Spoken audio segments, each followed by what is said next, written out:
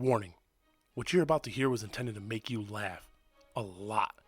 If you listen to the show and feel inspired, then that's awesome. But if you're easily offended or just can't take a joke, you should turn this off right now. Otherwise, turn this shit up and hang on. Welcome to the Get Up.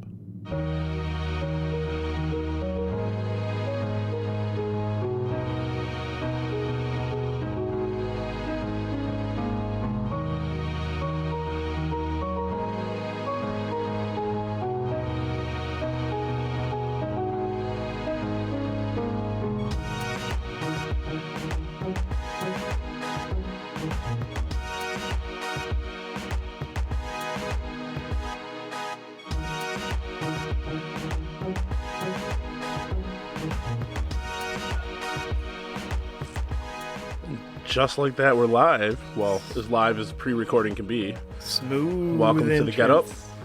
I'm your host, JP. With me today, I have Mr. Mike Cotter, right? Saying that right? Correct. Yep. Awesome. And Mike is... So, we were talking about it before we started, and then I'll explain a little bit, and then you can introduce everything, plug all your stuff too. I'm not very funny though. Your intro says that you got to be funny. Yeah, it don't have to be funny. I'm looking for interesting we're not gonna conversation. Yeah, We're not laughing. I'm sure we're gonna end up having laughs. But so Mike is into powered paragliding, which is something that I recently discovered over the last couple months when I was driving down the freeway on my way to go get groceries, and I saw what looked like a giant fan with a harness.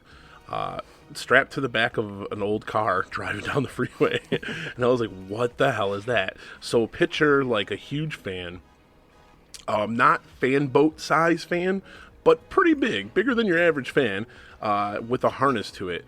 And that was like, who in their right mind is strapping themselves to a fan?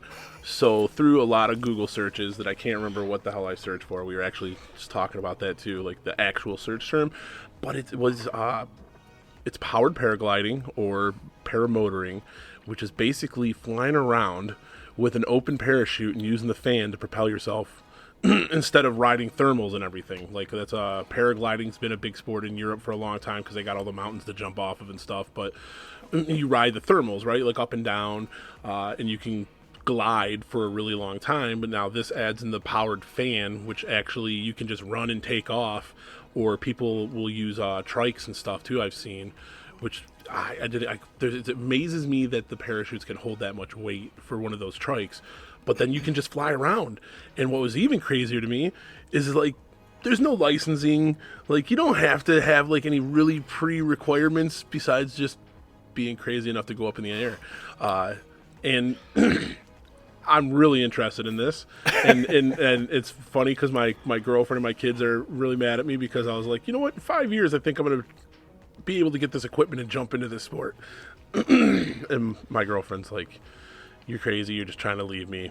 You're just looking for ways to leave me early, huh? Is it that bad? My son calls it hillbilly jetpacks. So Mike, in my journeys of looking up how to even train in this, because it is advised to learn how to train because there's a lot of techniques, kiting your parachute before you even start throwing the motor in. There's a lot of stuff to learn. So in looking for where to learn, Mr. Mike Cotter here is like one of the trainers in the local Detroit area. And I invited him out because it's something that's super interesting to me, and I'd never heard of it. A lot of people have never heard of it. Right. So, Mike, explain what you got going on. Introduce yourself. Yeah, for sure. Well, thanks for having me. I appreciate it. Thanks for coming out. Yeah, of course. I love talking butt fans, and the fact that you that's the other name, right? Butt fans. butt fans. I do have to correct you on your terminology of the wing, okay. the parachute. It's actually a wing. Wing. Yeah, Right. a wing. It's more like an airfoil than it is an actual parachute. So, but so I started powered paragliding in 2015, Okay. and I. Prior to that, That's not that long ago. No, it's 5 years ago. Yeah. 5 years ago, February. So I went down and You started. Well, so when you say you went down and trained, you went down to Florida. Florida. Yeah, I know that's really big. Like they'll train on the coast and stuff on the beaches and everything, right? You know what? Most of the Florida schools are inland. Okay.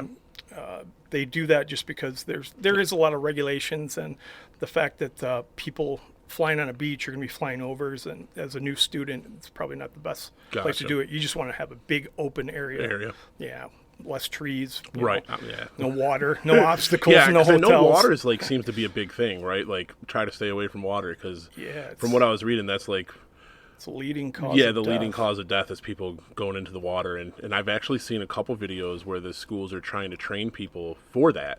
Yeah. For Yeah. Which does that ruin the motor? No, actually, believe it or not, you can pull the motor out, and obviously you got to do the right things to make sure all the salt or if it is salt water or water is out of the engine, and they just clear it out and literally wash it through and let it dry out, and you can restart it as soon as it's dried out. So you went down to Florida to train.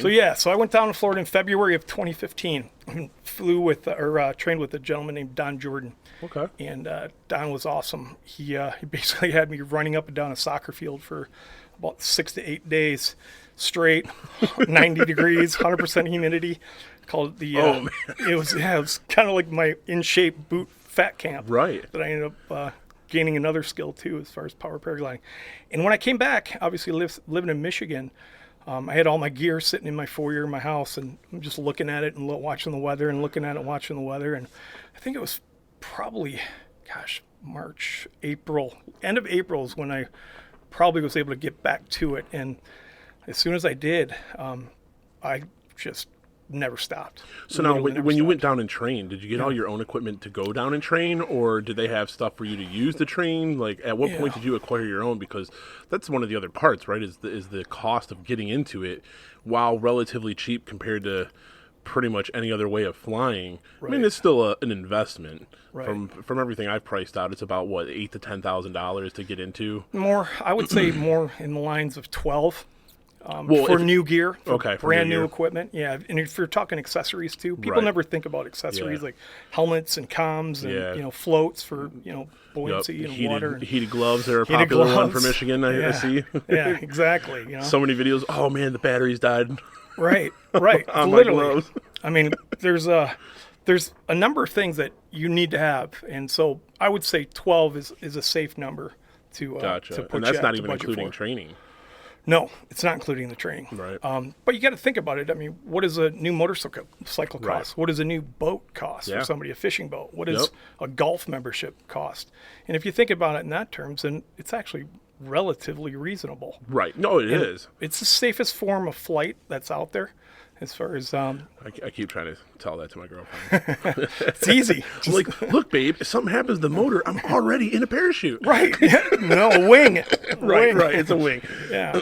Parachute for the general layman's term idea, but yeah, it is a wing. But that was one of the things I tried to sell to him. Like, look, it's a controlled descent if the motor does stop working and I can't get it to restart in the air. Like, you just glide down. It's just it's an inconvenience of what it is. As long as you are cognizant enough to look at your area and making sure that if your engine does go out, you've got a and that's one of the things that I've seen preached a lot too, right? Is always having like a landing spot picked whenever you're up in the air, so 100%. That way if something happens, I'm aiming for this spot right here. 100%. I've had 17 motor outs. Really? So far in my career of 5 years of flying.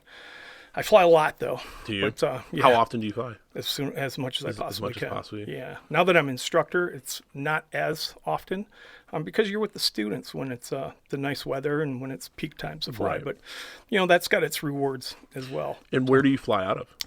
So I used to fly a lot out of kind of the Commerce area, South Line area, Heartland area. All right. And now that I've got our school, which is it's just about 9 miles northwest of Lansing, and it's out in an area that is just pasture and a lot farmland. Of oh my God, it's amazing. Lavender fields. Really? That's got to look really cool when it blooms. You get down low and you can actually smell it. I mean, it's just it's unbelievable. So not only just beautiful and safe, but it's got so many little pluses to the area as far as flying. Well, the scenery, right? Yeah, when you're flying. right. And there's nothing. So if you get in trouble, have an engine out or something like that, I mean, it's no big deal. It's just an inconvenience. Right. Whereas now, kind of in the Commerce area, I flew there, it was like 3 weeks ago, and literally a Chinook went over our heads coming from the Pontiac airport. Really? At like 500 feet, and I had landed probably, geez, I don't know, 2 minutes prior. And then see, and that's the nuts. thing. Like, you know, my girlfriend worries about. It's like, oh, what about the planes and stuff? Right. And it was like, I know there's some like designated areas where you're just not supposed to fly over. Airspace. You gotta know your respect it. airspaces, right? Yep. Is there a I know there's like an equipment sometimes max of how high you can go elevation, but like, is there a regulation for how high you go? Is it like 8,000 feet, or excuse me, 18,000 feet is what That's a we're fucking allowed to scary fly. number. It's stupid. I mean, it's cold and lonely up It's a there. scary ass number though, isn't it? And Like, plus how you do can't think, breathe. Like 18,000 feet up there. What the hell? Yeah, you got to bring supplemental oxygen. What do you think the average is that people fly up to? About 3 inches, literally over the ground. I mean, Yeah. foot dragging. Literally, this sport, I would say on average, the newbies are flying. We recommend keep up at least 1,000 feet, just to be safe and stuff. But as you gain your confidence and you start growing in your skill level, you know, a lot of people will just follow the contours of, you know, farmlands Right. or, you know, buzzing around just open fields. I've seen like over rivers and stuff too. Yep. Yeah. No, Yep.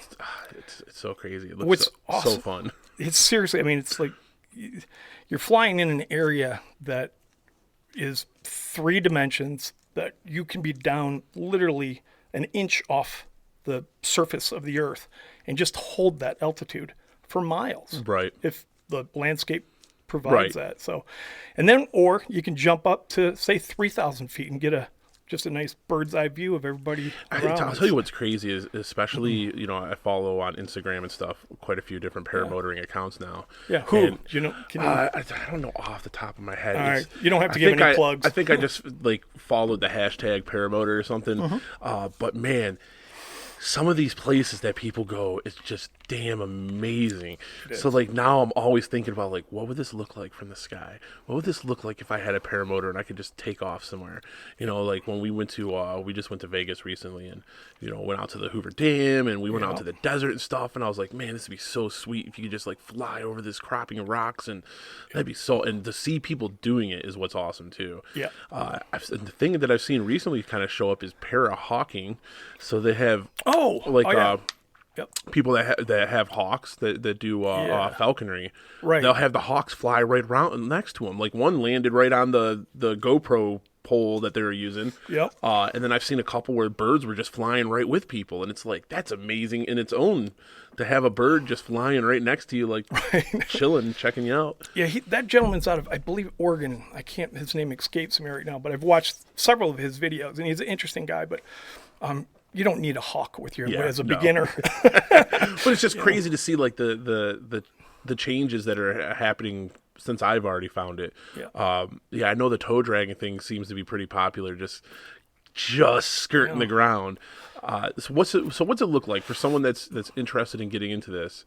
Yeah. What does it look like? What is the recommended avenue, gear? How would you suggest someone get into this? Well, just to kind of follow up with what we started with as far as down in Florida. It's going to go all over the place. Okay, all right. Good to know that. Good. That suits me fine. When I got into it, I knew I was going to do it. So 10 years prior, and I hate to date us back here, but my wife and I took a 10-year anniversary trip to Switzerland. And, and I paraglided with a tandem flight. And it changed my world. Literally. Tandem flight being you were with someone else. Yeah, right. So I was with an instructor, and it's called free flight. So free flight is not a motor. You're running off a mountain. Yeah.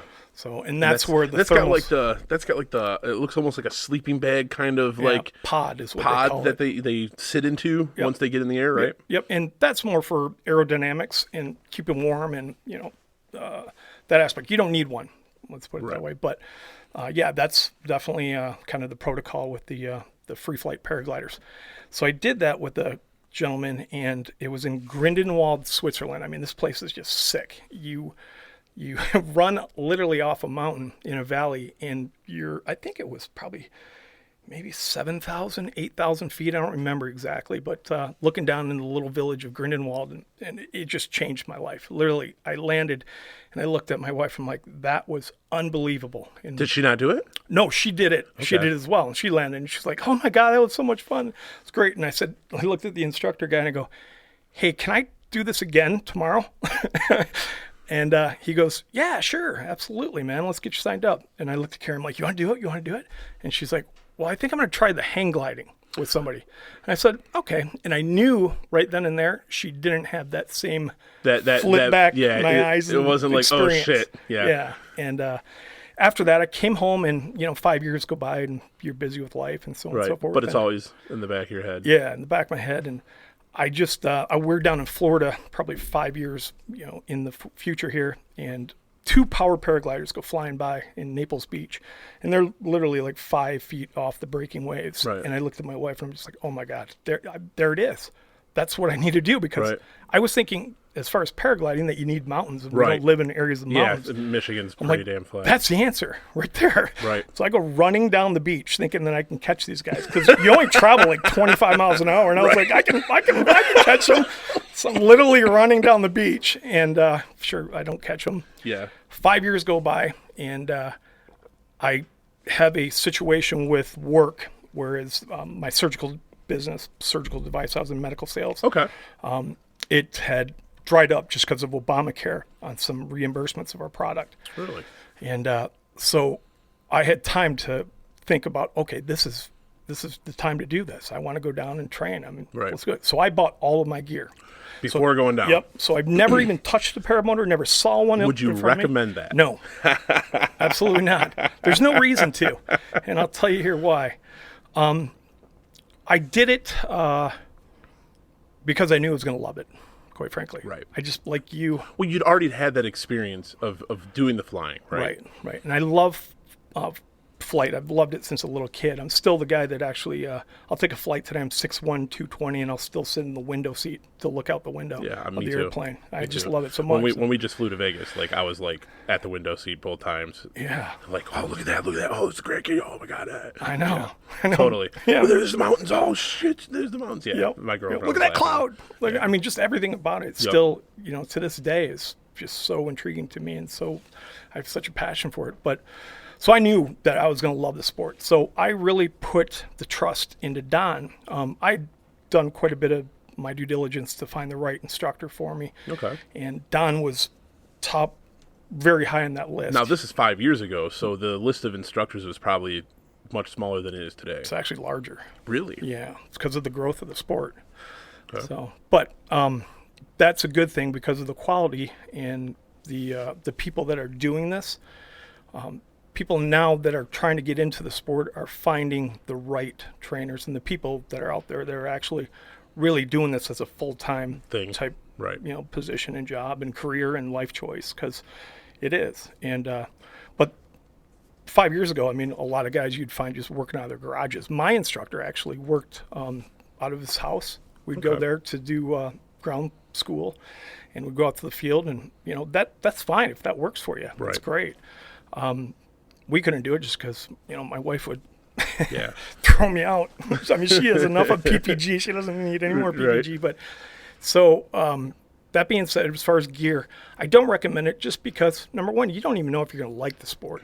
Right. You don't know if you're going to get spooked. You could be in love with the idea of it, and then once you actually do it, 100%. I think that's a lot with for a lot of people with a lot of things. Right. Like you fall in love with the idea that you romanticize in your head, like, oh, this would be so cool. Right. But then you find out like you're afraid of heights, or you're just scared because you don't feel like it's safe enough, or right. And there's so much into actually picking out the right gear for you based on not only your physical characteristics, your flight passion or your flight desires. What is your what kind of flying do you want to do? Are you going to do acro? Do you want to do long cross country? I've seen that too. There's wings that are like, only for experienced people because they're much more sensitive, and then there's other ones that are built to be super safe, where it's really hard to even just collapse them. I mean, I've watched reviews on wings where people are they're doing it on purpose, collapsing part of the wing. And to explain it more, I mean, it's just fabric, and when you get going, the air moving through it gives it shape. Mm-hmm. Creates that lift and everything, so you can literally have something happen where the wing will collapse, and they're designed to reinflate basically as quick as possible. But some of them, the way they're designed, so you can be more acrobatic, or acro, as you said, they collapse easier. They're harder to get to pop back up. So they come with their whole skill level Right. advancement. Yeah, the rating systems they're out of Europe, but they'll do that as far as based on your all-up weight and also your skill level from Right. A, B, C, D gliders. And And all up weight would be your Everything. weight plus everything that fuel, you have. your keys. If you carry keys in your pockets, well, you shouldn't because everything will fall into that prop. But instruments. If you bring up water, or, drinks, Yep. your clothes. Yeah, I've seen people do like the cross country stuff too. Yeah. I know there's the one YouTuber. God, he's a younger guy, but he's all over the sport, and he does the flying. You'll go across states. And Yeah. the people plot out their gas station stops. Yep. And he had like a whole bag underneath his seat. Yep. Or in his harness that was like his clothes and a tent or something, and it was just Yeah, hopping and flying. I think you're referring to Tucker God Yes. doing the Icarus race. Yep. Yep. So that is that's hardcore because that's all self sufficient. I mean, you're Right. So we've done myself, Terry Williamson, Gene Parnuak, and we've made assaults on the state of Okay. Michigan. So we've Yeah. done from the west coast to the east coast That's of cool. Michigan, from Holland to Fort Gratiot. Okay. My parents. So basically, That's cool. lake to lake, and then we've also now made the attempt on from the southern tip. Or excuse me, from southern Michigan at the border, Angola, Indiana, Okay. all the way up to Mackinac. Really? Yeah, How's that one? it's awesome. So there's videos that we've got on it. I have to, without being, Brandon McLeod is one of the other guys that was Okay. part of it. So I was thinking of his name at the same time. But the only successful actual portion of both attempts was done by Gene Parnuak. And the reason being, there's so many factors that come into it. He was successful doing the Holland to The east Fort to west, Gratiot. or Yeah. west to east? Yep. Weather is a huge consideration. You got to have the right day. You got to be considered of midday flying in thermal conditions. Right, because that's one of the things too, right? As the day goes on, it heats up and the thermals become more active. So then Right. that can drastically change, like you're up and down, right? Yep. So there's a lot of things that have to go right in order for that to be successful. Our attempt from the south to the north went all the way up to Boyne City. So Really? we made it up So to you made Boyne it pretty City far. in one day. In one day, you made it that oh, yeah. far? Wow. Yeah. How much ground do you cover in an hour? So it depends on the wind. So if the wind's gotta, with you, it's yeah. going to push you, right? For So sure. the average paramotor right now, the ones that are probably, let's call them B, C rated, they're going to be going at about 35, 38 miles an hour on average. And then put a 10 or 15 mile tailwind on you. onto that. You're going 48, 49 That's gotta be pretty miles fun. an hour. Yeah, so you're 50. There are times that we're clocking 65 miles an hour. That's cool. So that is fun. But you get into a headwind, the wind switch on you, Right. then you're battling that. Right, You know, and so that's you- got to be tough because it could feel like you're just not even moving. And at there's that times point, that you're right? not. It's called, what do you call it? That's got to be frustrating. Yeah. Yeah, seriously. You're parastalled, basically. Wow. So you're just sitting there gaining no ground, just burning fuel. And sometimes that's fun, Right. So, but there's a lot of places that you can go, and it's opening up, and more and more people are starting to look at this as, wow, these aren't just buzzing around my 5 mile radius of my house or my LZ. I can travel with this thing. I can Right. go places with this. And it's funny. There's a video that's on YouTube. I can't remember who put it up, but it was like 10 reasons not to paramotor, and every single one of the reasons are reasons too. Right, exactly. He's like, you're gonna lose so much damn weight from running and trying to get in the air. You're gonna be so Landing. happy, because Yeah, he's like, I've got more weather apps on my phone than I care to even think about. I'm addicted to the weather. I'm constantly looking at the weather. I'm constantly He's like, outside. I travel more now than I ever have. Be prepared to travel to all these glorious places because of your new addiction to paramotoring. Have all these new friends. Yeah, that was another one too. Yeah, you're gonna make a totally new group of friends. But it was funny how he sells it as like not to, but it's all reasons to. Yeah. He's like, oh god, well, he's like, you'll be completely selfish. All of my money used to go to my kids and my wife, and now it just goes into paramotoring, my hobby. energy. Right. You know, but it consumes you. The one that it bites hard. And what I mean by seems that, like it would. literally, I used to golf. I used to enjoy watching, football or going to football games. We live on a lake, and we used to go boating and skiing and all that good stuff. Man, every opportunity that I can get that weather provides, I'm jumping. It's so much higher on my priority than any of the other activities. Going to a football game, Yeah. and sitting there. It's just amazing. I mean, literally, it's very unique. And the individuals that are in the sport, it's funny, when I first was looking at it and getting into it, I did a ton of research.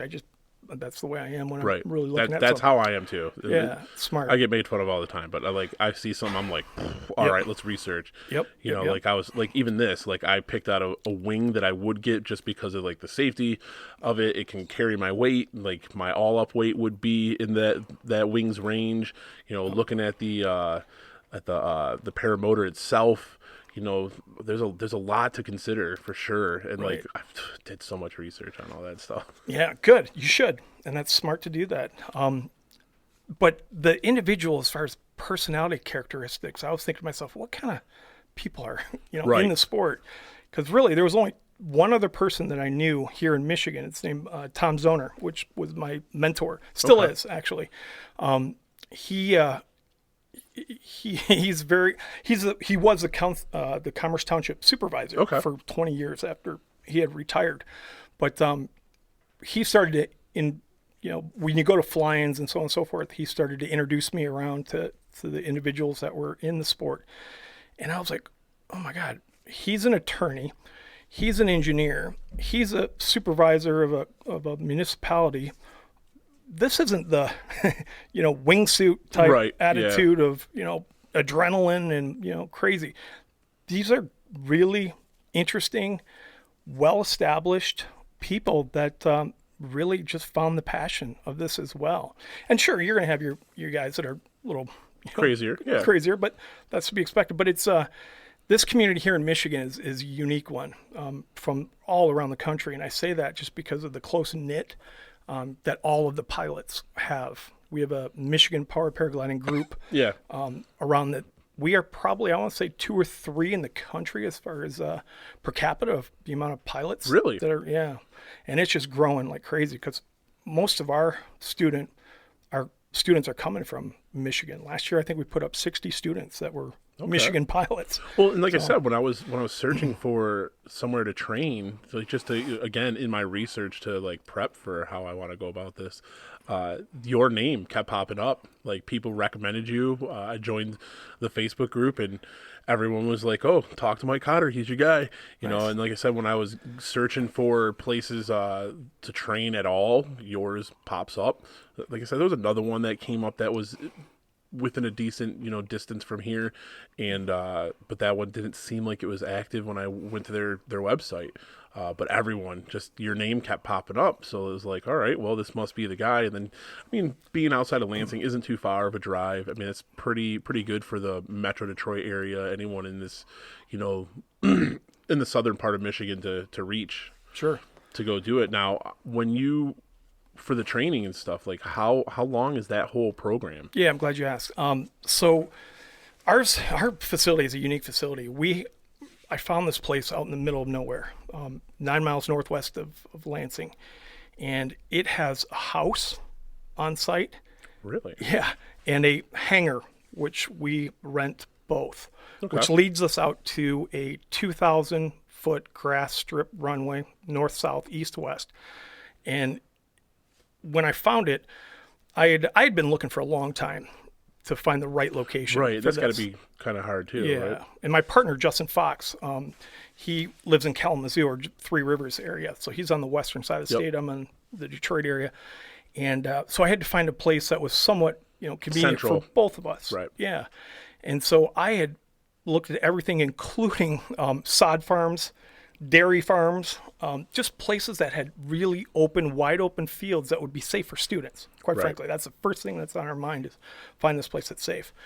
Well, it was late in the day, it was winter time, and it was probably, I don't know, 6 o'clock, and I was meeting Justin out to apprentice with one of the older instructors for the state, Jay, and we're meeting in Holland. And I said, man, I'm exhausted. I said, but there's another airport that looks interesting. I said, it's about 30 minutes away, so I'm probably not going to be there till 8-ish or something like that. And he's like, yeah, just go check it out.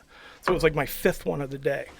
And I pull into this place, and immediately I was just like, the grass is like perfectly manicured. The whole area was just wide open. There was a house on site that had like they dig ponds for swimming pools. Oh, okay.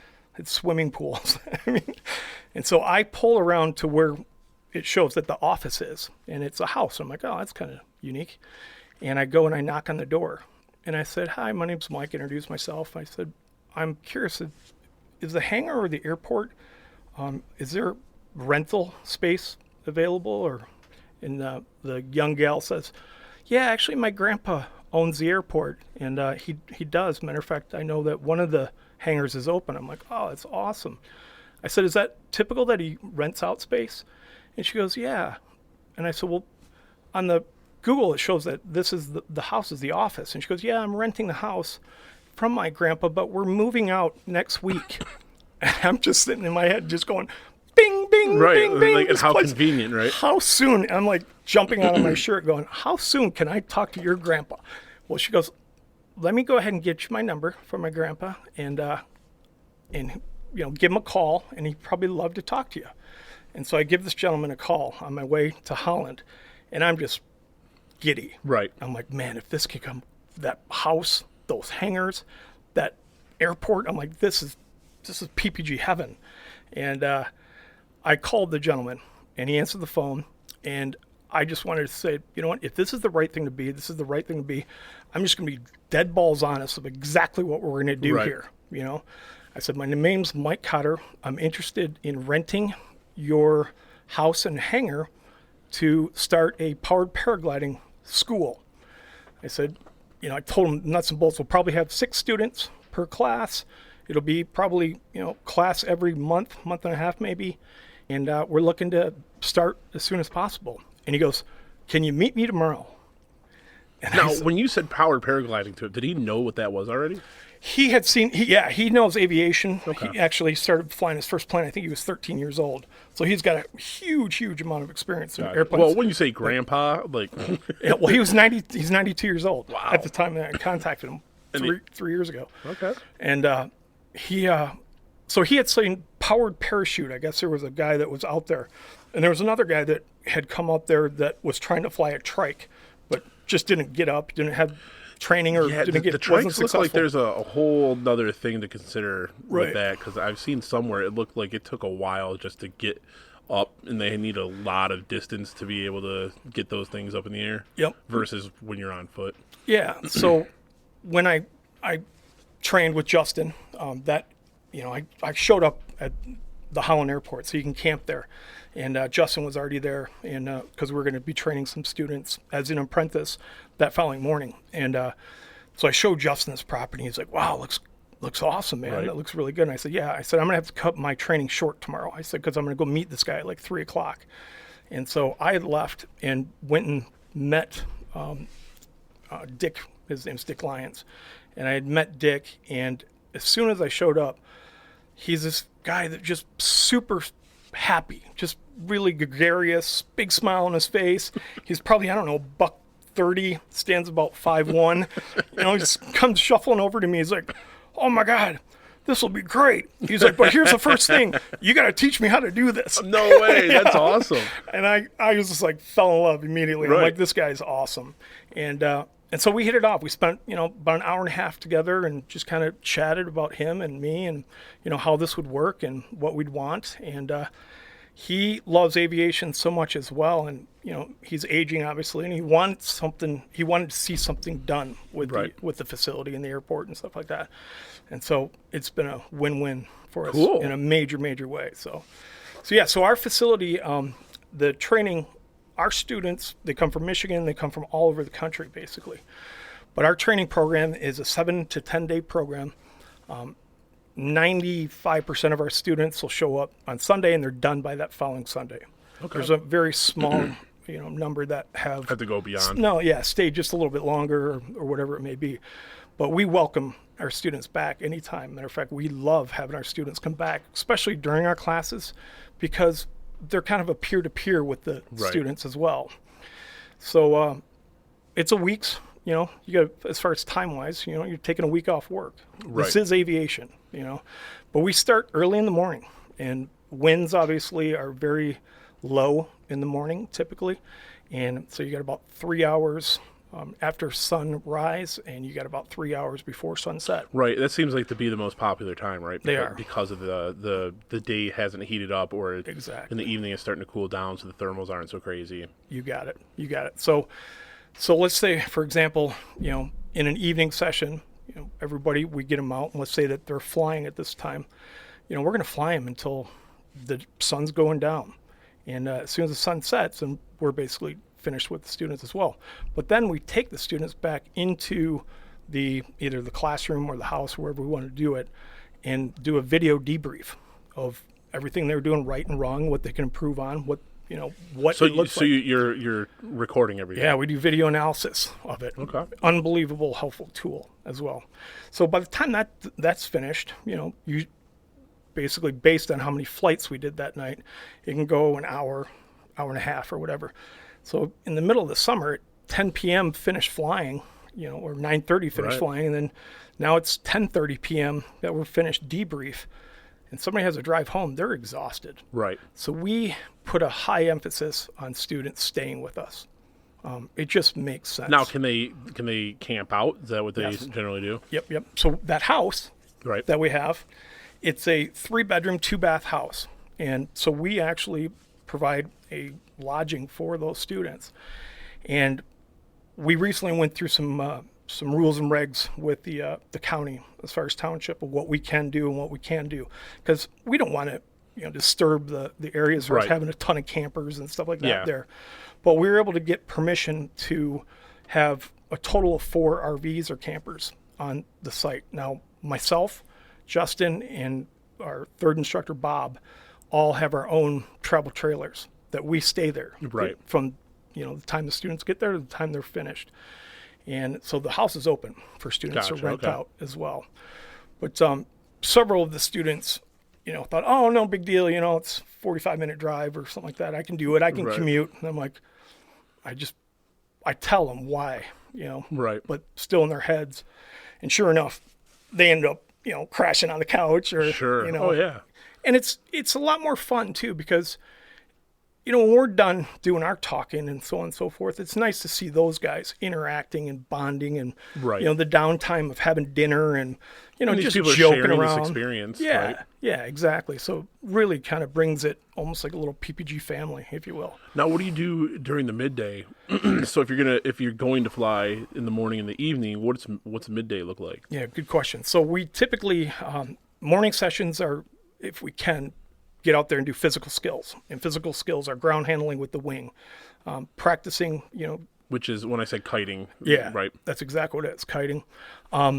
But we have ground school as well. And ground school consists of all the rules, regs, airspace, safety, kind of public perception of the sport, wing design, motor maintenance. There's a boatload of stuff that we sit down and do classroom. So our classes typically run an hour and a half, depending on questions. But after that, it's more of those guys kind of coming out and, getting some one-on-one time with us. And my dog feels like she has to talk. Yeah, chat it up. So it's more them, if they have questions like, what kind of gear should I be looking at? Or they'll start looking at all the different variety of gear that we've got there and, spend time just kind of looking at things and, reading. We've got, some video. Or quite frankly, these guys are exhausted. They're tired. We beat them up. We get them up early and we're out there. Right. And like you said, depending on the season, you're going to be up late too. Yep. They're taking naps, which we want them to. There's not a whole lot that's there as far as where we're at. So There's not can't a go lot of wander. entertainment. But nobody wants to go anywhere. They're Right. literally, they're like, you know what? I'm just going to chill. And I guess YouTube makes this sport look so easy. The learning process is not. It's work. Right. You know, you want to be somewhat in shape. The rule of thumb I tell my students is when they're coming in, I said, concentrate on your physicality, your physical condition. And what I mean by that is you should be able to put a backpack on your back, put in 35, 40 pounds, be able to run at 70% of your max speed for about 30 yards. And if you can do that over and over and over again. and over and over and over and over, you'll be ready. You'll do Okay. great. But we have successfully been able to, work with students that are less fit. Right. And Now, have you ever had any trikes and stuff out there? yeah, we've trained trikes. Yep. So foot launch is probably The majority. yeah, right, the majority obviously. of it. Yeah, Well, but because I mean that's a cheaper option too. Like Not when you, much. When you start getting into the trikes, though, doesn't that increase the price? a couple thousand. Right. Well, Yeah, 2,000. well, depending Right. on who you're talking to, Right. that's in the budget or not, right? Yeah, good point. You know, but I know that's one of the options for heavier people because that was one of the things. I weigh over like 310 right now. So when I was looking at gear, sometimes that's the max or a little bit over the max depending on what wings you're looking at, and then finding a motor that's going to give you enough, of the thrust for that weight too, because it's all stuff to consider when Absolutely. you're looking into it. And then I know that trikes were like that option for a heavier person, or especially if you want to fly. I see a lot of trikes with a tandem. Yeah. Yep. Yeah, so trikes, really, the majority of people that get on trikes are ones that do want to get in the air. They're a little bit heavier. They don't have maybe the endurance. Or physical limitations. Yeah, they've too. had knee surgeries. Yeah, knee. They've had hip surgeries. Just something that is typically, a physical type Right. characteristics. However, I had an injury my second year, and I broke my ankle, and I still wanted to fly. I'm like, what am I going to do? Right. There's no way in heck I'm going to sit around and for 8 weeks to try to get my ankle to heal. So I started triking. Really? Yeah, and Okay. I've got about 60 hours on All a right. trike, and I enjoyed it. I really did. It won't substitute for the foot launch for me personally, just because you feel kind of like you're in a little cuckoo cage. At least the Right. trike that I had, it had a roll bar over Yep. my head, and so I've seen some really interesting trike designs. yeah, So. there's some that are out there literally that will release as you actually would fly these just as if you would a foot launch unit, and they just sit in and bolt out, and so you use your same harness that you would on a Really? Okay. and so the wheels will actually drop down below you once you take off, and you have the feeling of exactly like it's free flight. Yeah, some of them look like maybe like a go-kart, right? Yeah. Like you're sitting in a seat like that, but then there's Right. the other ones I've seen, it looks like you're in a harness and there's nothing really below you. Yep. So we've got a lot of different varieties of kart options or trike options for students, quads, so on and so forth. So the technology has been amazing from just my 5 years that I've been in this. I mean, the advances have literally leaped some bounds. And now most of the motors, right, are just a two stroke Yep. two-stroke engine. Yep. How, like, what's the limitations with that, and like how long can you stay up in the air? I've read like hours, right, depending Right. on how much fuel you bring with you. Right. But explain the motors part of it, because like the wings, you can get a wing and do the kiting and stuff, right, and just Yeah. and kind of play around with that without needing the motor right away. But that's a whole nother thing, and like what's the maintenance on that stuff? Like, Right. So I'll put myself out there a little bit. I am not mechanically inclined. Matter of fact, before I got into powered paragliding, I think I changed the spark plug on my what was it? We had a jet ski, a little Ski-Doo jet ski, and I think I did it on my lawnmower once. So I was not a good person. So I friended a lot of people that certainly were well That are a little more more- knowledgeable about it. But you learn, and now literally with the University of YouTube, you can go on there and see Yeah. everything that there is to maintain your motor. And maintaining it really is, there's annual kind of things that you would do in hourly type things, like switch out your belt or switch out the Right. bearings, or change out your gaskets and based on an hourly type thing for just preventative maintenance. But they're 2-strokes, and 2-strokes are finicky. It's all get out.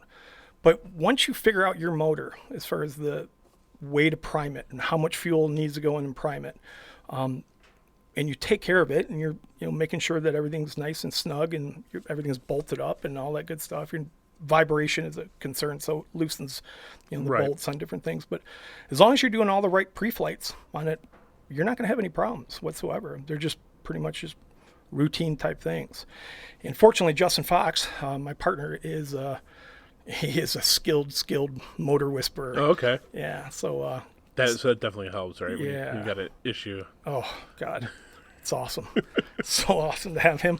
But that comes.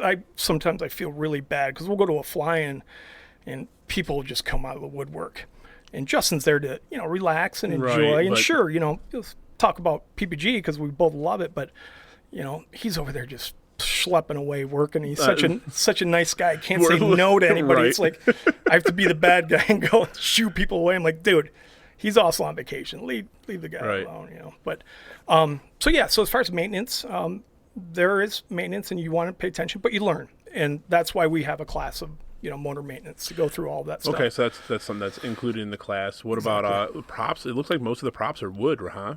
No, actually, carbon fiber. There's carbon fiber ones too, but that's majority. Is that the majority now? Yeah. Okay. Yeah, 100%. So, and that technology's come leaps and bounds, and the pricing's come down to be a little more affordable as well. Because I know at first, like the carbon fiber ones were a lot more expensive compared to the wood ones that you would see. Right. So that's changed then, huh? Yeah, and I got to be careful with expenses for you, but you were looking at about $100 difference between the two back in the day. But now you can get a carbon fiber prop for $300. Okay. But the thing is, if you're good and you do the right things and you get the right training and you're flying at the right times and making the right decisions, you're not going to be breaking props. Right. Quite frankly. I mean, it seems bewildering to me that you would break one unless you crashed or something. Yeah, slam on your ass. You know what? This is an interesting sport where, what did John Isley, who came out and helped us out with instructing, we were talking a little bit about, we had hired a guy to come out and help us out. We began. He had said it's the paradox of paramotoring. So that every time you fly and every time you get up there, it's always different and it's always better. Right. Stuff like that. But this is a humbling sport as well. And, you're going to come down for a landing and all of a sudden, for whatever reason, you get a down draft, okay? And it pushes you down a lot quicker, and you didn't realize that it was going to happen so quick, and, you fall on your feet, but yet you lean back and it hits the prop, and the prop breaks, Simple. You'll be in your truck or whatever, your car, your vehicle, and, something will bang into it. Right. Prop breaks. You over-tighten it when you're putting a new prop on. They're carbon fiber. Yeah. Just like porcelain, it can break. So there's stupid little, silly things that can happen. But being just always keeping yourself, not becoming complacent, I guess is what I'm looking for. That's the biggest thing in this sport, is making sure that, you're doing the right things and that you're ready mentally and physically, and the weather's good and you're ready to go. So you asked about how long can you stay up. So typically on average, you got about a 3-hour window of fuel. The Monster, the Viterazzi Monster 185, which is a very popular motor. The most popular motor that's out there in the market. So it's a 185cc motor. There's a limit to how much fuel you can carry through our FAR 103 regulations. We cannot carry more than 5 gallons of fuel. Right. Well, that 5 gallons of fuel, you got to think that each gallon of fuel is 6 pounds. Really? Okay. Yeah. So you're putting any additional fuel that you're putting into your paramotor should be used on your flight. Right. Give yourself a little bit of a window of a difference, but otherwise it's just extra weight on you. So all of that weight is going to go away as soon as you launch. As soon as that wing starts to inflate and gets over your head and you start taking flight, all of the weight that you had felt carrying your backpack over is gone. So you got to consider, how long am I going to be gone on my flight? Where am I going? Am I just going for a trip around the neighborhood in a half-hour flight? Put in a gallon of fuel. Right, no need to fill it up. If you're going across the state of Michigan, put in 5 gallons of fuel. You know, it's all depending on what you want to do. But on average, they would say without any type of headwind, tailwind that you're fighting out there, and keeping a level, let's call it a level flight. What am I trying to think of? Like a flight path? No, I'm thinking about a power setting there. Okay. But, Yeah, level like flight. like keeping the throttle like at the same consistent. Yeah, exactly. Right. You got about 3 hours. Okay. Technology is getting better and better. They've now, Alex Huff, good friend of ours, and also the inventor of EFI for paramotors. What's EFI? Electric fuel injection. Oh, okay. So it makes things smoother, makes less fuel consumption, 20 to 30%. I have it on mine. I think the first customer, they had tested it down at Aviator PPG, but after all those testings and results came by, he came up to our school, Fly Mi PPG, and installed it on my motor. Okay. And so I've been flying with it for, almost a year now. I have yet to run out of fuel. I literally don't know what my capacity is for distances right now. I really don't know how long I could stay up. So When people are picking out a motor, do you recommend an electric start versus a pull start? Just for the ease of starting it when you're in the air? yeah, good question. Because I've seen those videos where they're just like reaching over their shoulder, just pulling and pulling and pulling, trying to get it to start again. Well, those are people that don't know their motor that well, or because they haven't primed it correctly, or maybe they forgot to prime it, or they're not dialed in. Maybe they had a foul plug and they haven't done their maintenance. So there's a lot of reasons for that. All right. My partner, literally, he has the Monster 185. He seriously he has one pull on his motor, starts up every single time. Every time. Why? Because he's diligent about making sure that everything is good to go on his paramotor. So the guys that are struggling out there, they overprimed it, or there was something that was mechanically going on with it that took it that long to start. Electric starts I have one on mine, and when they work, it's just a beauty thing. Key phrase there, it's when they work? Beautiful thing. But a lot of times they don't, for whatever reason. Yeah, if it's a battery situation, if it's just the wiring of it, it's just a lot of times, there's issues that come with it. But it's getting better. They're now making, which I have, what's called the dual start. And so if my electric start doesn't fire, I can just reach over and grab my, pull cord and pull it and start it. So, but I'll tell you, it's nice having electric. Just for the convenience sake of it. So now I see like quite a different brands like Parajet, and there's some other ones too. Now is that because the motors are mostly the same, right? It's more just the frame and the way it attaches to the harness and everything that's unique to each one of those brands. You got it. Okay. Yep. Is there any one that you recommend over another? No, and here's why. There's a kind of a consensus in this industry where people are so brand loyal as far as the people that are selling this, and they sometimes forget to look at options that would be better suited for someone because of the fact that that is their brand and that's what we tout. When Justin and I got into this, we had looked at each other and just kind of putting our business ideas together, and we're like, this should be a student's decision, and it should be based on, that person's characteristics, body characteristics, physical characteristics, what kind of flying they want to do. And so what we've done is we've partnered with and entered into dealership agreements with really the top brands all across the board for it. So as far as recommending a paramotor, I would have to see you, I'd have to talk to you, I'd have to sit down, and that's kind of part of our training. And that's what we do. Because I have read that about like some reviews of some trainings where it's like they push this one brand the most because that's what they fly everything with, and I get that to a degree. But then also, if it's just if it's not looking at all the options to find something that's suitable for that person, right? Yeah, and that's the biggest. There's a lot of drama that happens on Facebook. I mean, keyboard warriors, and it's hilarious. I mean, it's just watching these guys. So you saw, Until I started this, I never had an Instagram, and I went on Facebook maybe once or twice a year just to see if like any family members or friends messaged me or were trying to get a hold of me. Other than that, I do not like being on social media. Yeah. So with this though, it's one of the main ways of growing an audience and actually, spreading the word about what you're doing. Yep. So it becomes almost necessary Yeah. for this type of thing to get it out there, right? Yeah. And like even in paramotoring or paragliding, like it can be a helpful tool. Those YouTube videos, man, just can captivate you. Just wow, like holy crap, look at this. Oh, look at this person's just in an open park field. They're running and now they're in the air, and look at all this footage of them flying, and it's so beautiful. And that was another one of the top 10 reasons not to. It'll change your view of the world, because once you see it from up here, you'll never want to see it another way again. Like was literally what the guy said. It's true. But so yeah, I mean but that's part of the bad part of all this social media stuff, right? Yeah. Is you get those people that can just And it's the advice that some people are giving that there'll be people out there that that they started 2-3 months prior, and somebody out there on Facebook will ask a question, and you see that person is responding to those questions. It's like, you don't have the skill yet. You don't know what you don't know yet. Why are you making these recommendations? It's just, you got to take it at face value. Right. You really do. So my recommendation for somebody getting into this is find an instructor. Find somebody in your local area, or reach out to others in your local area that are PPG pilots, and find out who are the good, people to be kind of consulting with on this stuff. But that's just part of the deal. But social media is great because for whatever reason, the paramotor community lives on Facebook. That's where you find this stuff. Yeah.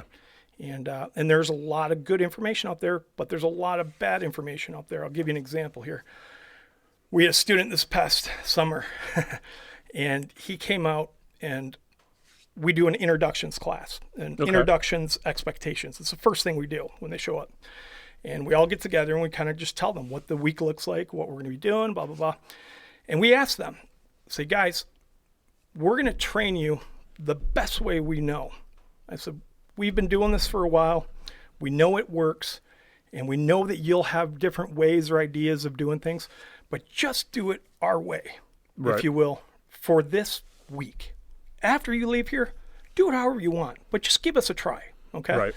Sure enough, we're out there and we're showing somebody how to, clip into the wing for the first time. And they're like, I watched this YouTube video and so does it this way. As soon as you hear that, like, is it like, oh man, like, damn, YouTube. I love that people do their due diligence and research it, but man, I would love to have people just come to us blind, just totally raw. And those are the most not shaped by these. Yeah, they don't have any preconceived ideas of it. Man, YouTube makes this thing look so easy. Right, they really do. Do you offer any of the advanced courses? I know what do they call it? There's a specific term for it, but it's basically preparing for those like collapsed wings and stuff like that. SIV is the name of it. What's that stand for? You know what? That's a really good question. It's called. I know you're going to kill me. It's a French name, that service in, I'm not going to, but it's a, delete this. Right. But SIV, so it's an advanced skills course to understand really what the wing capabilities are if you experience, say, a collapse. But SIV courses also go further than that. They'll offer, different beginner, intermediate training into acro. What's the right way to be doing wing overs? What's the right way to be doing, different maneuvers that are advanced maneuvers. We have recently partnered up with a couple of guys, One Up Adventures, and Kyle Mooney and Travis Burns have been doing this forever. And these guys are skilled. Kyle is, I think, the only pilot in the United States that can do an infinity tumble with a paramotor on his back. Really? And so you're basically going I've seen those. Yeah. So not with a paramotor, but just like in the paragliding world, you'll see them do those flips and stuff, and those guys get crazy too. Holy crap! Some of those, they do the sharp turns, and they'll come right over the ground, like their wing is almost touching the ground and everything, and spiraling around, and then the flips and everything. Yeah, it's nuts. Well, I mean, these guys are so skilled at it, and neither one of them would take on the thought right now of teaching an SIV. And what I mean by that is it's just a different animal trying to teach something like that. However, they do teach advanced courses. So there's advanced courses. What they do teach is like if you're looking to get your tandem rating, or if you are looking to advance your spot landing skills. So basically we'll come in for 10 flights. We're going to set up a perimeter, and I want you to land here. Here, right. And we'll base it on that, and we'll watch them and show them what are they doing right or wrong in order Right. to be able to, accomplish that. If they're interested in cross country, we'll sit and talk with them about plotting out actually an area where you want to fly and do it. Right. Let's set this up and kind of get them in that mindset. There's a lot of doing planning it. that goes into that, right? Like, Sure there is. all right, here's potential landing zones Yeah. along the way. Like I said, gas 100%. stations. Like, here's where I'm going to go refill. What's your range? Right. Who are you flying with? Do they have the same range? What kind of wing do they have? What kind of motor do they have? Are you guys going to be comparable at speed? Right. There's a lot to think about it. And so that is kind of an advanced skill. Doing silly things like picking up balls, rubber balls and stuff, and then dropping them in an area. Okay. Just shows your precision type flying. Right. So that's advanced class. So anyways, the reason I'm saying we're going down, and Travis and Kyle I've known for a long time. Matter of fact, I first met with them at Aviator PPG, who we became an alliance school with, and Travis was one of the founding members of it.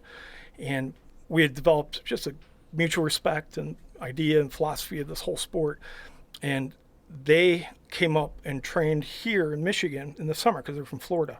Okay. It's way too hot down there. Plus, they had a student. Yeah, I agree. there. So they came up to our school and had a student, and then they stayed and trained me on doing my tandem flights. Okay.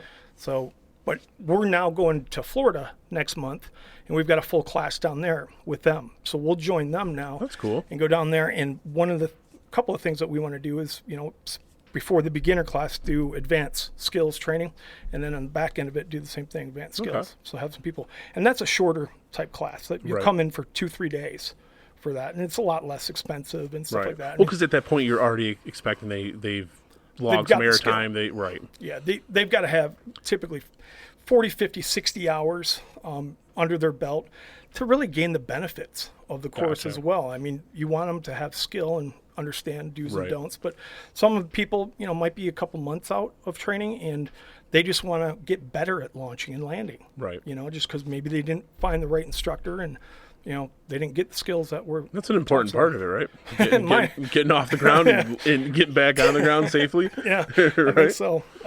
What's the saying is that launches are optional. Coming down, you're gonna Right, eventually. right. Yeah, eventually What, you're gonna come down. How many would you say have trained and then not pursued it? That's a good question. Are you talking about our particular experience? Yeah, well, I mean, from your experience, but I mean, would you say that that's a relatively low number in the community in general, or is would it like think. higher than you would think? No. So that's a good question. Let's take, for example, last year. Let's say we trained 50 students. I would say of that 50 students, 35 of them will buy gear after the course is finished. After the course. And that's one thing we didn't touch on. We provide all the gear. Yeah, I was So you going don't to have ask to that buy one it. too. Yeah, we right. don't have to buy it ahead of So time. you provide everything to get them up in the air and experience it and everything, and then afterwards, all right, if the bug bits you, go ahead and buy it. You got it. So when I say 35 people bought gear, that may have been a delayed number too, just because people are going to save up Right. for it. But this is a perishable skill.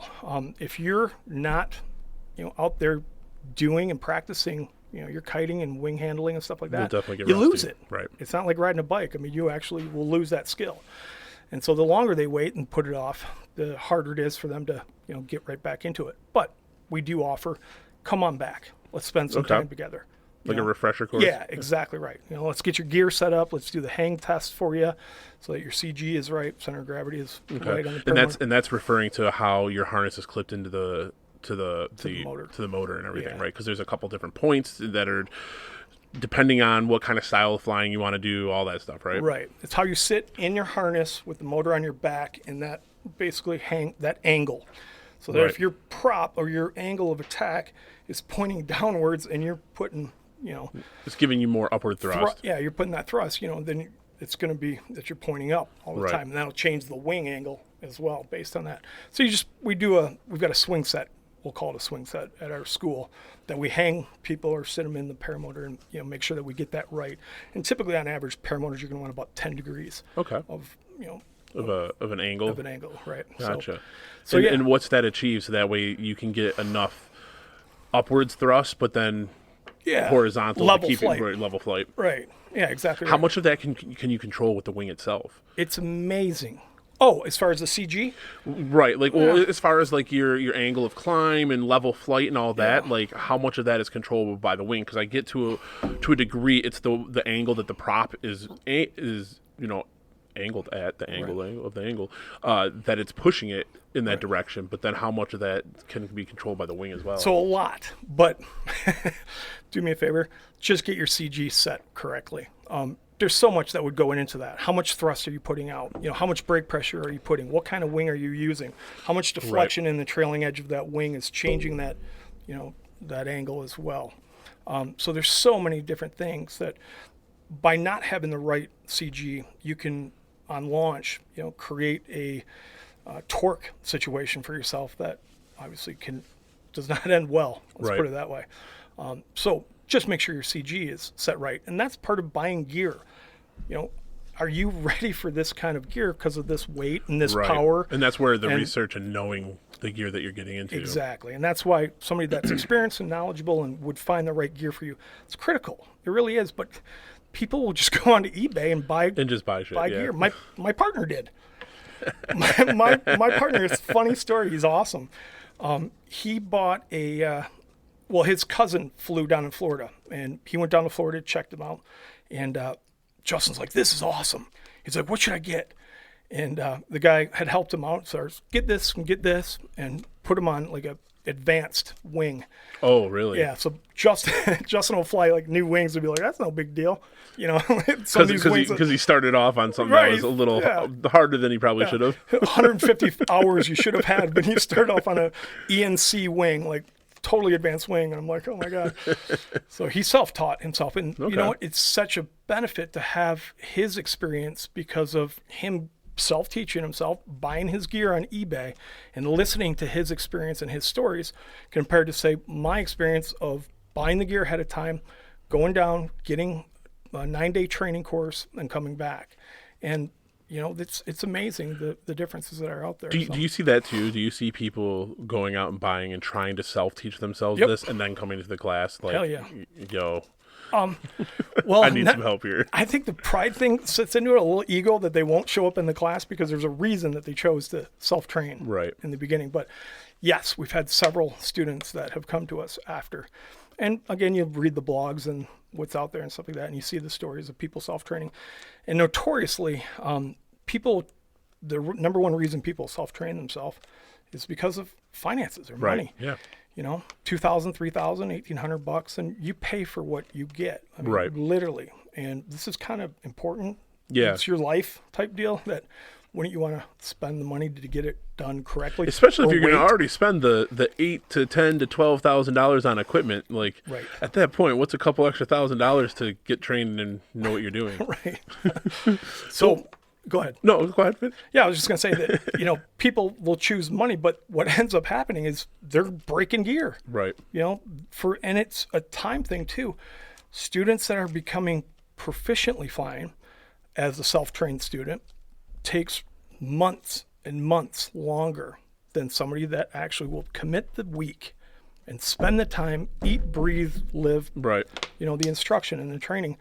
And they'll walk out of there in 8-10 days and 30, 40 flights under their belt that are proficiently and safely flying with the knowledge of where they can fly, when they Right. can fly, the times, the weather, all these different things that are just critical to doing this right. Whereas the self-trained guy that thought he was going to save $2,000, $3,000 has now broken 4 props, Right. and, over the course of 6 months or whatever. And so there's a big shift in that, and I think it's just because of the popularity of this sport has just been unbelievably growth has been unbelievable in the last 3 years. So What would you say the biggest mistake that beginners are making? not getting training. Not getting okay. Second to not getting training, because I've seen obviously you're dealing with a fan. Yep. You're dealing with a motor and a fan, and you can lose limbs. It's Sure. not right. So Yep. one of the things is that I've seen is like making sure that it's when you start that motor that it's set up the right way, or that like it's the wind, that it's not going to suck your wing into it. Like there's a bunch of different things with that. So Right. what along those kind of lines are you seeing besides just not getting training? What would be Right. the biggest mistakes that you see people making? All right. So the first thing I would say, as far as a new student being, as a new paraglide or powered paramotor pilot that gets into it, knowing how to launch correctly is a key thing. And what I mean by that is there's a point in time where that wing comes up over your head, Yep. and that all of that weight comes up off of your shoulders, and you start to rise, and immediately students will pop themselves into a seat. And what happens is when they jump into the seat, they're now putting all that weight onto that Wing, paramotor, right? and And it it falls drops. down, drops, and they butt slide. So jumping into the seat way too soon is number one. You got to keep your feet down, keep running.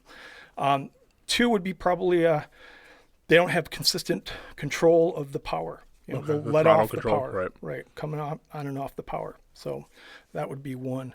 And again, a lot of things that we've talked about, choosing the right gear is critical for these guys. If you have too much thrust behind you and you're running and you launch and that motor starts to torque on you a little bit, you need to know what inputs you have to make to correct that. Okay. And, putting your hands up, come off the power, allow that to kind of center itself and, call it recalibrate itself almost. But just these little small things, how you clip into your wing. Are you using a process? I call it a process with our student. And I say, when you're getting into your flight mode, kind of your mental thoughts, Right. right before you fly, you need to have a checks and balances for yourself of asking yourself, are you mentally ready to go fly? Meaning, was I out late last night? Did I get too much rest or not enough rest? Was I on any medication? Did I party? Did I, anything mentally? Are you ready to fly? Right. Second, is your gear ready?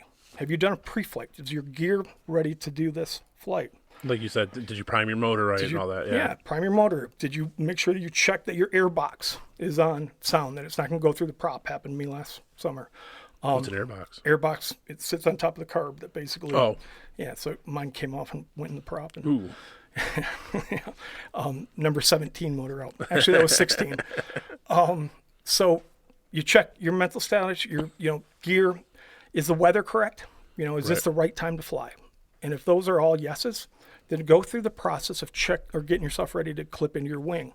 And it should be done the same way every time so that you don't forget. Right. It becomes a routine Yeah. where If you want to, you put your left riser, you reach down for your left riser to clip in first, do that the same way every time. So clip your left in, then clip your right in.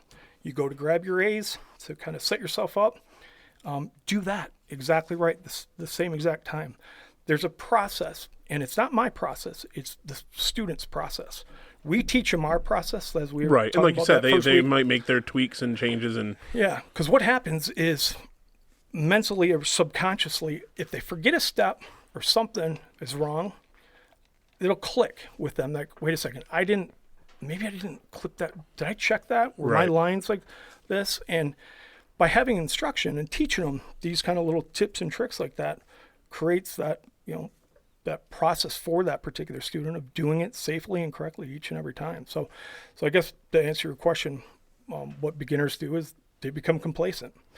You can become very good at this very quickly. It doesn't take too much to pull right and pull left. right.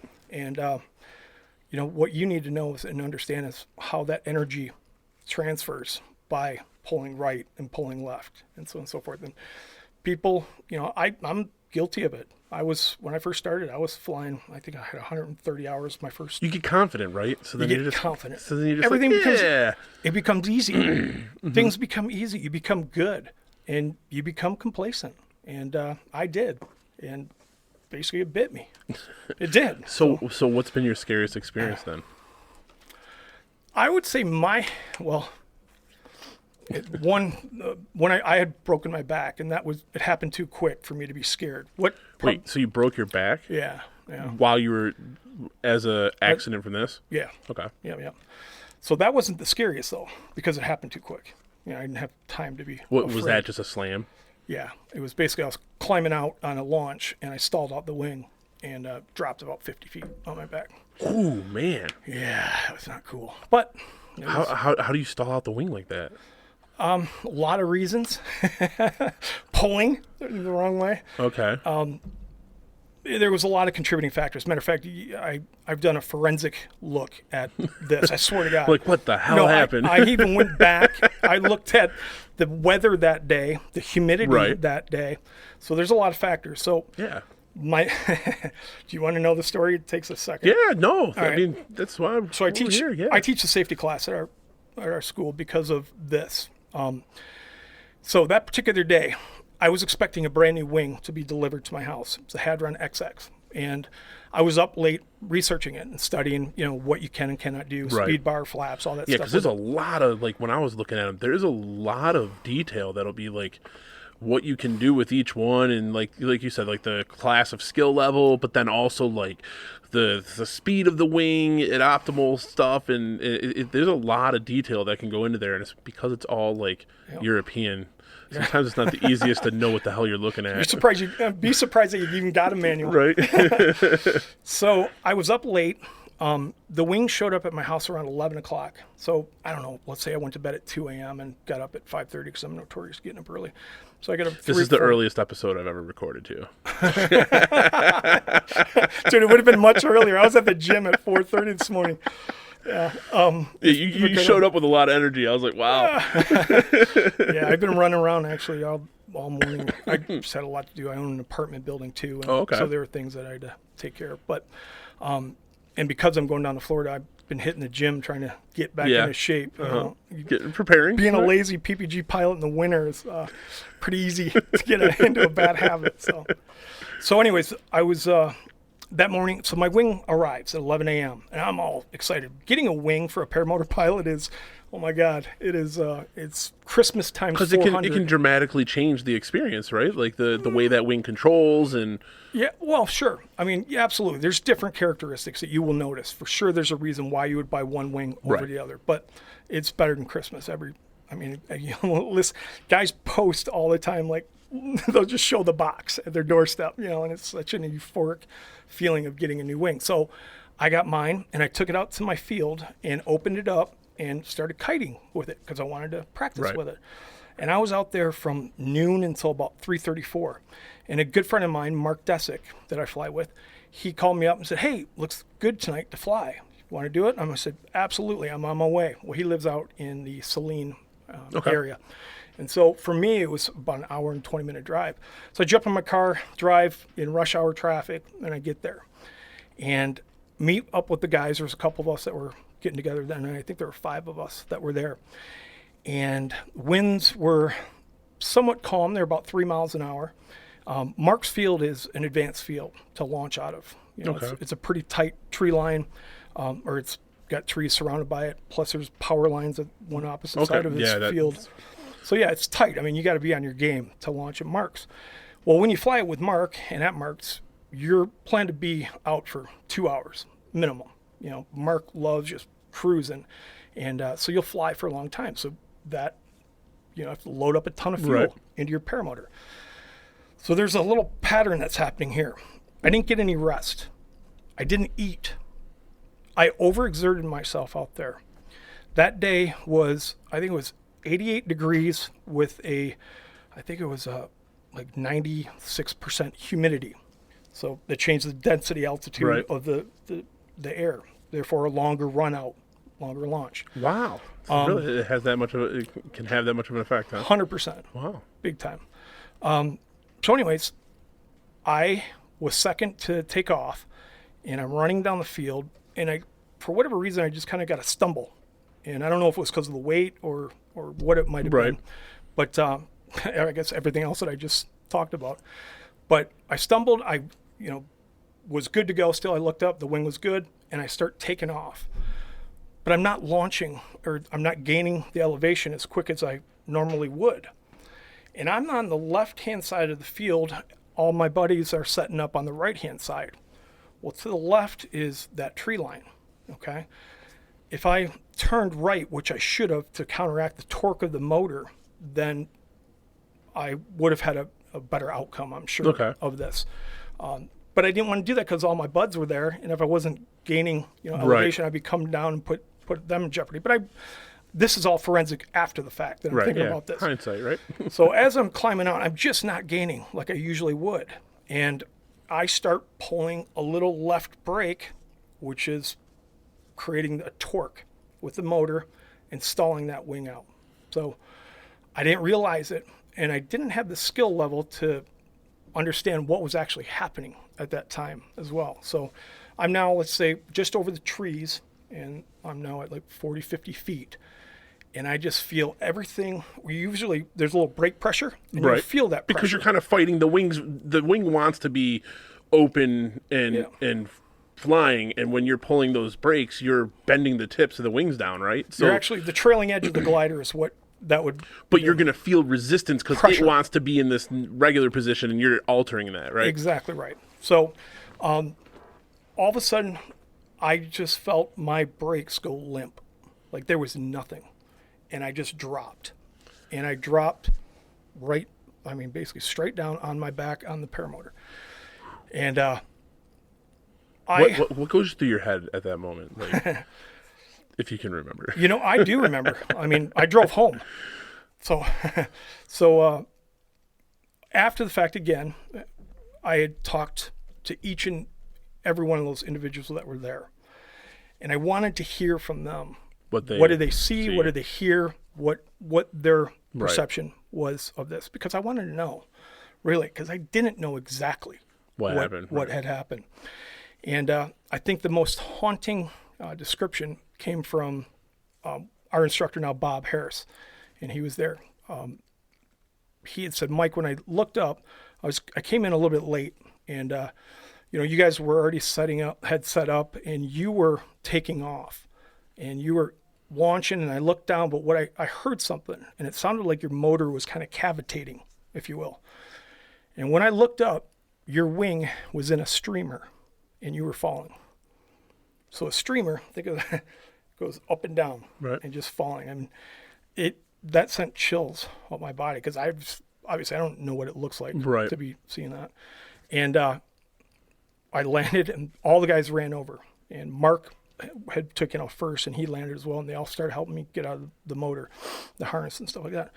And I just first thing I did is rolled over on my back, and it clicked in my head. I'm like, do my feet work? Do my legs work? Right. I stood up, and I walked for about 30 seconds. I'm like, yes, okay, it works. And I laid back down. Mark's wife brought me over some leave and stuff like that, and those guys started collecting my gear and kind of looking at it, and they were pulling my wing out of the tree because I fell right along that tree line. And so I said to the guys, I'm like, guys, thank you so much for, getting the stuff. I really appreciate it.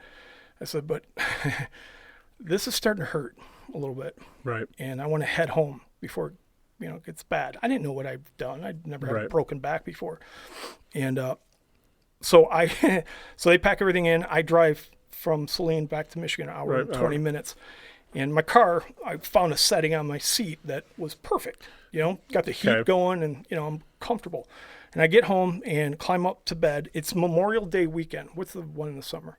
I think that's Memorial. So in May. And I get up to bed. My wife was out with dinner with a friend, and so I got home before her, probably about 9:30 that night. And I lay down. We've got an ergo bed, so it allows me to, put your feet up or down or something like that. So I find or something. Yeah, exactly. I find the right position, and I stayed there from Friday night, Saturday, Sunday, Monday was Memorial Day. My wife comes in. She's like, "This is ridiculous. You're going to the hospital. We got to go find out what's going on." So was it just that like any movement was just killing you? I didn't get out of bed. Yeah, I stayed in that position, and so imagine that fun little treat I had to put my wife through. Yeah, right. So, well, and I know just from being injured doing stuff, when you lay, man, you stiffen up, and it makes like when you try to move, like, oh crap. Yeah. So I stayed in bed. I couldn't move. How long did they put you out? So they didn't put me out. I was in my bed by myself. No, but I'm saying, like, how long did that put you out of action? Yeah. Good question. let me just complete this thing. So we drive to the hospital. We get an X-ray from the doctor. The doctor actually said, when did this happen? How long ago did this happen? I said, 4 days ago. And he goes, no, it didn't. He didn't believe me. He's like, no, it did not. I go, yeah. He's like, what are you doing? He's like, we're putting you in surgery tonight. Excuse me. He couldn't book an OR for me that night. We did it first thing that next morning. To get that kind of reaction, right? Yeah, it was. And so my vertebrae, my L2 vertebrae, usually a vertebrae will collapse. Right. Mine broke horizontally in half and actually spit out. I was 2 millimeters from my spinal aorta. Wow. I would have been either for sure paralyzed or, worse dead. Wow. But it's been a eye-opening, earth-changing, world-changing, perspective-changing accident that happened to me. And I wouldn't change it to this day. Well, literally. I mean, I guess the lesson learned is valuable, right? And it's changed how you prepare and how you encourage others to prepare. Yeah. It made me do a lot of just introspection of, what kind of a pilot do I want to be? Do I want to continue this? Right. Is this something that, if worse comes to worse, I mean, I don't want to leave my wife like that, right. Or my family, or, it's just not fair to them. Right. And it's not fair to myself either. So I changed the way I was flying. And that's what really kind of took me over the edge of being an instructor, is I've got a lot of experiences with this that I can pass on to others and help. And so, yeah, it was good. So I was out literally after the surgery, an hour after the surgery, I was walking. Oh. And the doctor said, I'm like, what should I do for PT? How should I treat this? Blah, blah, blah, blah. He's like, walk. Really? I'm like, what else? He goes, walk. He goes, you're going to be able to start out and you're going to be able to walk 100 feet, maybe. Then you're going to go 200 feet. Then you're going to go, a quarter mile. Then you're going to go a half a mile and then a mile and so on and so forth. And so that's what I did. I just walked. And every day it got better and better and better. And I was trike flying 5 months after the accident. Okay. I think. So, yeah. Right, because that didn't involve needing to be able to run and all that weight on your back and everything, right? Yeah. But I took it very serious about what I did. So when I went back to foot launch, I set a date and a time and a place on when I wanted to get back into it. And I chose to go down to Florida and beach fly because laminar winds make flying so easy. The launch and landing is just effortless. I mean, you can almost like hover. It's that simple. Okay. So I went down there by myself, and actually a good friend of mine, he was down there with his mother, Trey DePietro, and so I stayed with him. But, he was doing things, he was busy and stuff like that. But I'd go to the beach every morning by myself and stay there. I camped out, I set up a camp and kited. I just kited my wing and practiced. Finally, I gained the confidence again that, okay, I'm ready to launch. And just slowly went back into it and got into the process of just regrouping with myself. So, and you got to take a step back when something like that happens. You don't need to be flying the wing that you were flying before. Right. Go back to the basics. Right. So my first 20 flights when we started the school back up, I went on a beginner glider, the same gliders we teach brand new students, just to gain those skills back and change the way I was flying and my setup habits and stuff like that. Right. So it was great learning. Scariest one was on our flight to South North. South North, I called it a day on myself because of the really? Yeah, the weather got pretty turbulent, and I looked over at the two buddies that I was flying with. They were flying next to me. I don't know. You can see them like 20 yards away, 30 yards away, and they're literally yo-yos. You can just see them bouncing up and down because of the thermals. Yeah. Now, how hard is that? So, we had talked about early morning and then early evening are the best times because the air is more smooth, less turbulent. Mm-hmm. So when you're doing one of those long flights, are you planning to only fly during the morning and then in the evening, or are you trying to do an all-dayer where you're flying through what could be the worst time of the day to fly? Yep, good question. And that's why you have to pick the right day. We knew the distances that we were going to be traveling. We knew what it was going to take for us to, let's say, an unblemished, nothing happens wrong, perfect day. How is this going to play out? When are we going to fly? Right.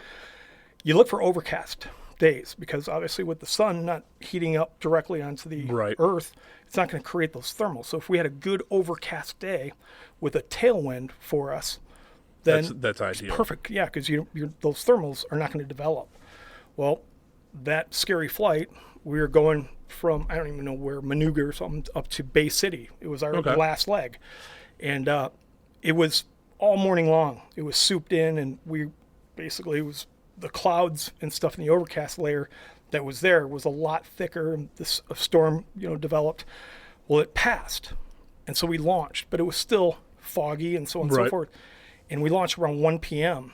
And as we were half hour into the flight, boom, sun's come out. Just cleared out. And it was gorgeous. And it was flying in those conditions with puffy clouds and blue sky. Right. And it was awesome. Like the picturesque ideal just situation. Awesome. Right. But then all of a sudden, boom. All of a sudden, boom. You're feeling, a little bit of turbulence. The thermals are starting to pop.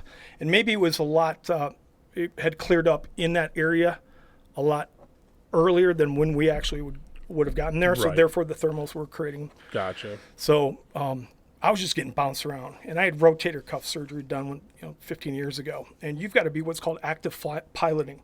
So your hands are on the controls all the time to keep the stability of the wing overhead. And with my rotator cuff, I was like, I can't go another hour and a half like this.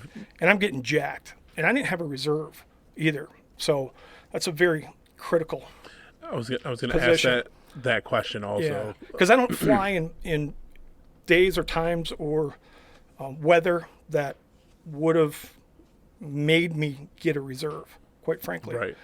So I use it, I guess this is a little backward thinking. And when you're talking about it, you're talking about a reserve parachute. Yes, exactly right. So if everything poop hits the fan, you throw a reserve. Do you recommend that people fly with a reserve? 100%, absolutely. I used it as I'm not going to wear a reserve because this is going to make me not fly in conditions that I shouldn't. The same thing with wearing water safety floats. I don't wear water floats because I don't need them because I don't fly over water. My stupid logic, I guess, like that. But I found myself in a situation where it was getting pretty darn bumpy and it was getting turbulent and it didn't look like it was going to get much better. And so I basically looked for an LZ to put myself down, called our chase vehicle to come and pick me up, and met those guys where they had set down. So they continued on, huh? Yeah, but that was by far my scariest flight.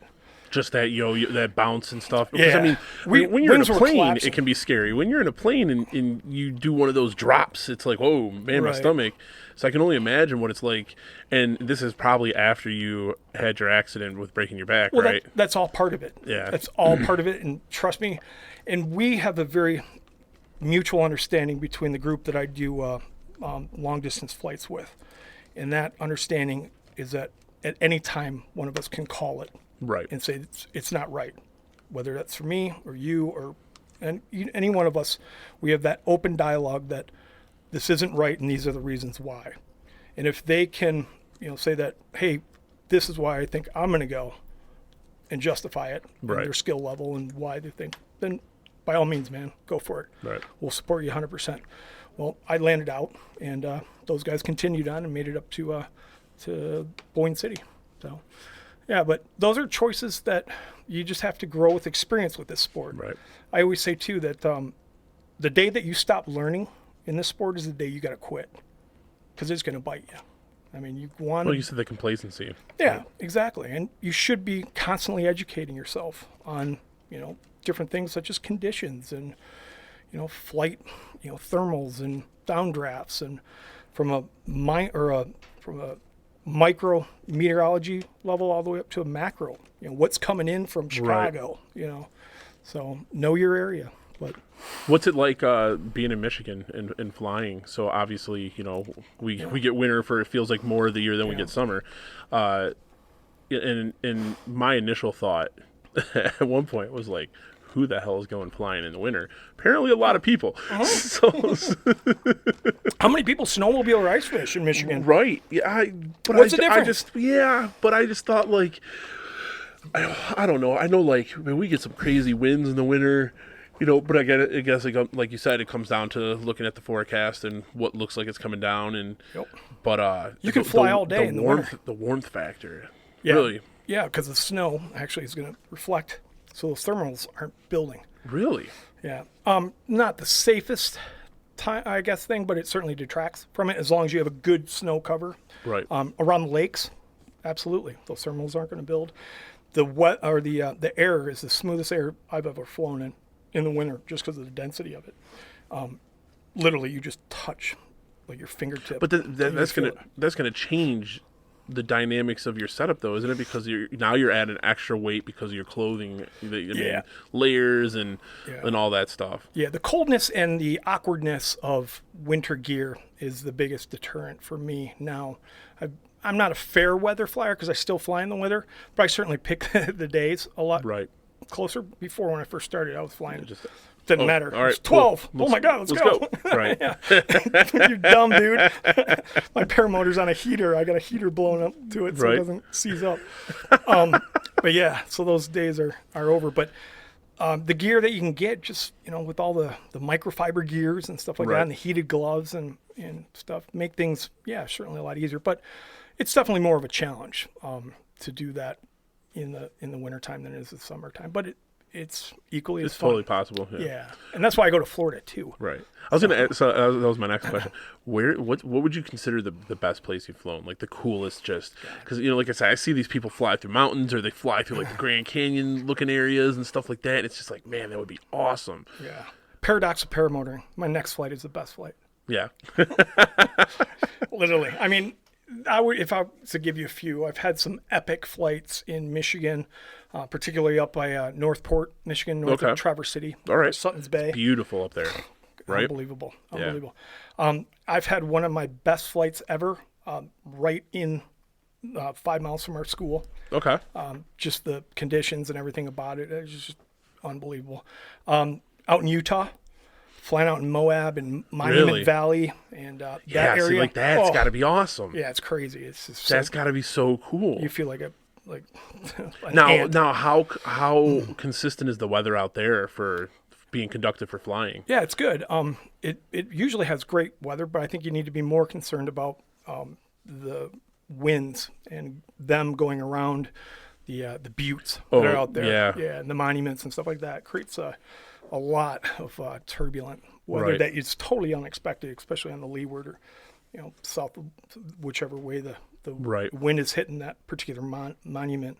That you're going to get rotor effects they could be deadly, quite frankly. So you just got to be very mindful of where you're flying. Okay. Plus the altitude out there is so much different. I mean, when you're launched at 6,000 feet, it takes you forever to get off the ground. Really? Because the air is thinner, right? Yeah, exactly. Wow. Yep.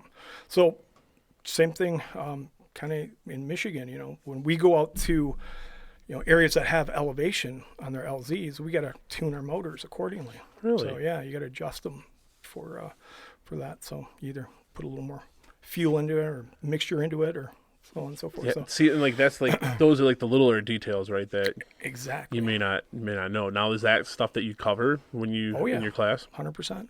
Yeah. Matter of fact, we get a very good understanding of each one of our students, their flying area as well. Right. And we'll do each individually, like this is good, this is bad, you should fly here, you can't fly here, this is why, this is airspace, this is, national park, this is whatever, so we'll let them kind of look through it, and it gives them, shows us if they're understanding what we're teaching by them kind of breaking it down, like, show me where you would fly. Right. Where would you launch from? And it lets us understand if they are picking the right spots and making the right decisions. Okay. Yeah. So we'll kind of, work with them and show them, okay, this is why I think it would be a good spot. This is why I think that is probably not a good idea. Not now. You don't have that skill level yet. And that's based on length and distance of the launch and, what's around it and so around. But, yeah, obviously a beginner probably shouldn't be taking off in a tight field. In a wooded area. Yeah, right? Mark doesn't invite over the beginners usually. Right. Anymore. Yeah, right. So, yeah. What's the highest you've ever gone? Have you gone above the clouds? Oh God, yeah. It's now that's got its own little set of rules too, doesn't it? For how you go above and then descend that back down through the clouds? Isn't it like supposed to be through an opening or something? Yeah. And then you're supposed to always, I mean, Yeah, you don't fly through clouds. right. You're supposed to always have an open spot in the clouds picked out if you have Correct. to descend. Yep, you always have to have a visual sight of the ground. Yeah, and it's based on airspace too. Right. What class of airspace are you in? So what you can do as far as distances, minimums and maxes from clouds, from basically above, below, side to side, and what those minimums are. So yeah, you have to have a very clear understanding of it. But it's ever changing. You may have a cloud base that's at 700 feet. Right. And the next day you've got a cloud base at 18,000 feet. So flying above the clouds is relative to the conditions of that day. Yeah, exactly. But it's some of the most beautiful, It's got to look cool. mind-blowing. I mean, it's Yeah, cool when you're in a plane and you're above the clouds and then you descend through and stuff. Like, Yeah. it's amazing. So I can only imagine what it's like, Yeah. as my son says, being strapped in a lawn chair. I'll tell you what, here's the deal is people ask me, they're like, oh my God, what are you doing flying like that? It's crazy. We as paramotor pilots just feel so privileged. Like, why isn't everybody doing this? Right. How stupid are they not to be doing this? Look at this. There is a changing of the spirit of the mind and the body and stuff like that when you go up above the clouds, and it's crazy. The only way to explain it is to do it. And we laugh when people say to us, "Oh my God, how can you do that? That's really nuts." I'm like, how could you not be doing this? Right. Why are you so dumb not to do this? Another question too for your training school, because I've seen again videos. Do you use any type of simulated launching? So I've seen like there will be like a long rope or something they'll pull them up in the air to kind of simulate the takeoff without actually having the motor and everything strapped to them. Yeah, we do several things. That's called towing, and Yep. we tow them. And there's supposed to be like some specific ways that you tow people, right? Absolutely. Because I've seen some really horrible videos too where they're like, yeah, this should not have been done. Yep, 100%. Yeah, there's a freedom. They're like, yeah, let's tie a rope to the back of my truck, and then it's I mean, it's amazing what some people and you see feel people as if they're- slam into the ground. Oh, it's I like, know. oh my God. Yeah, it's called lockout. Yeah. When that Well, happens. that was one of the things in researching all this stuff. We had brought up Tucker before. He does a video series where he watches the crashes, and what's really interesting and I appreciate is most times people are watching blooper videos, they're like, oh, look at this dumbass, haha. He's literally like dissecting what went wrong, what could have been different to give you that insight, which is I thought was really cool. Is a different kind of perspective on it. Instead of just making fun of it like, oh, I'm this ace pilot with all this experience, look at these dumbasses. It was more like, this shouldn't have happened this reason. They shouldn't be doing that. Like when you said the lockout, he was like, you got to cut that rope. You got to do something to release yourself because you're just going with the truck. So that was really interesting to see. Yeah, Tucker has become such an ambassador for the sport, and his followings, of people and individuals is just off the charts. But what I love about the way he presents his content is, first, he's a likable guy. Second, he gives back as far as knowledge, and he does it unbiasedly. And there's a lot of times he'll do some reviews on equipment or something like that. And that might be not the thing that the manufacturer may want to hear if it's a negative thing, but it's his experience based on his thoughts and his ideas and what he actually felt. He doesn't have any second, third agenda of why he's saying. And that was like when I was looking at one of the wings I was considering, if I ever have the money to get into this, was one, like I watched a bunch of different videos and stuff on it, and he did one where he was trying to purposely collapse the wing and see if it would, inflate fast and how it all went. And because he's got that skill level, I guess he feels confident enough to be able to do those things. So that was very helpful, especially like just looking at beginner equipment and, not being well versed in this world. Yeah, we find that towing is instrumental to the success of our students at our school, and I'll tell you why.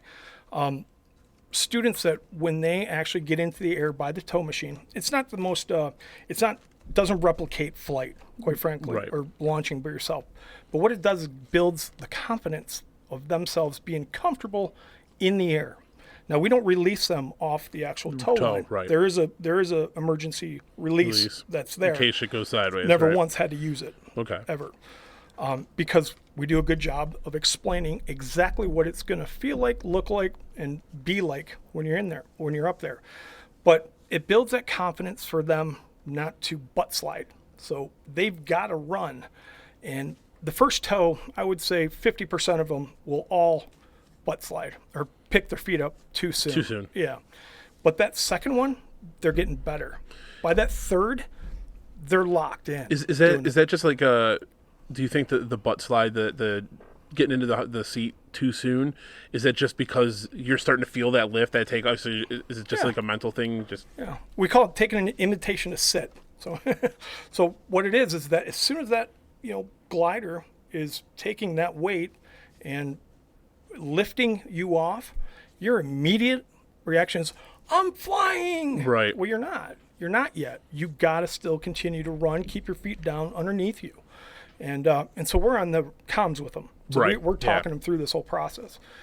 So as far as that aspect, we know, and we can show them too. We video that. So we show them when in their progression of, okay, look at your first one. Look at your second one. Now look at this and what you're doing. That is the correct way. Remember that feeling. Okay. And then as far as landing, you get the understanding of what it actually takes as far as your flare authority. What and when and how soon should you start your flare for your landing. Right. And so by them understanding those and gaining that is the last step before first flights, basically, is we'll tow them, and then if they did well, if the weather permits, we're flying them as soon as possible. How nerve-wracking is that as an instructor?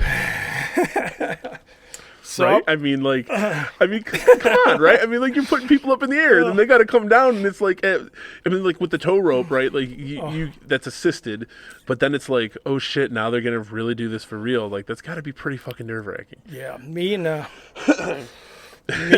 Justin are, we've had some like tense moments because of it, but here's what we do, which is great. And Bob, our instructor, he's 65, I think I want to say.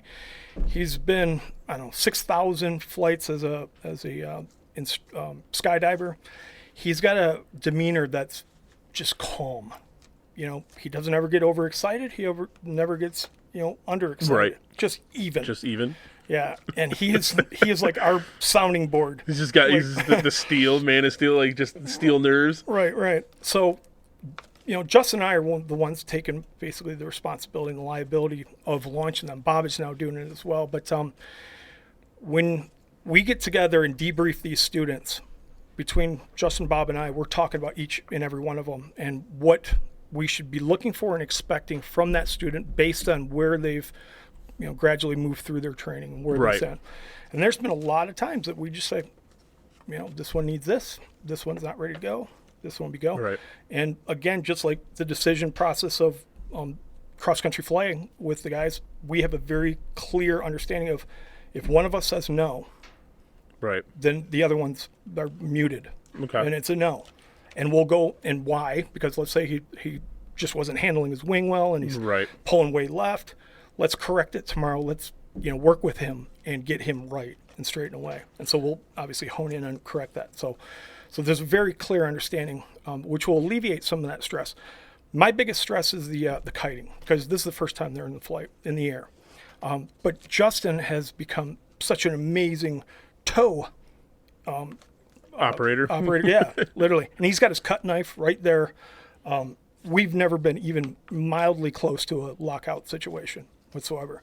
And there's safety mechanisms that are built into our tow, specifically for towing, paragliders. And so just the gear ratio and stuff like that and shutting it down and blah, blah, blah. But so towing is the most scary, but yes. It's nerve-wracking. Surgical device sales in 20 years in the OR is less stressful being a powered paraglider pilot. Instructor.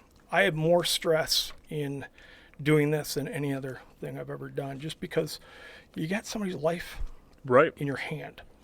And that's why it takes 7 to 10 days with us. And that's why we want these students to stay with us. We want to make sure they're getting the right rest. They're nourishing themselves. They're ready to go.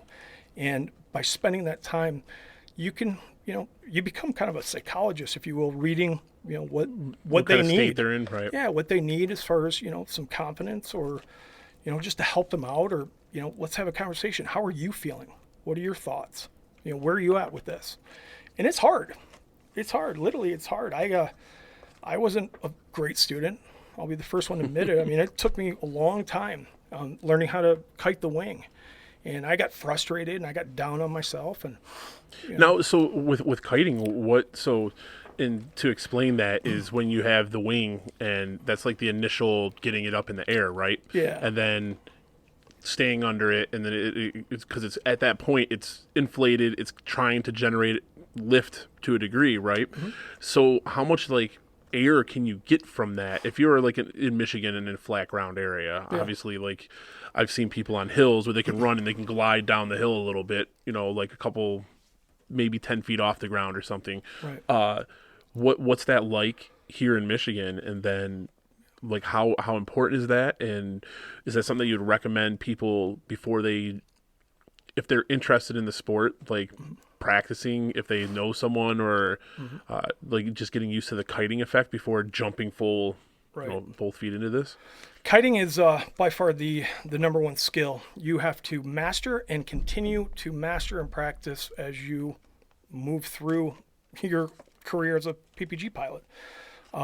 I kite all the time. I enjoy it. For me, it's a kind of a workout / exercise. I've heard it can be pretty fun. pretty It's physical, fun. right? It's fun. I mean, I really truly enjoy that aspect of this sport. If it's not flyable, I'm going to go out and kite. And I usually kite before flights, Okay. just for fun. Just have some fun. I'll kite with the students as well.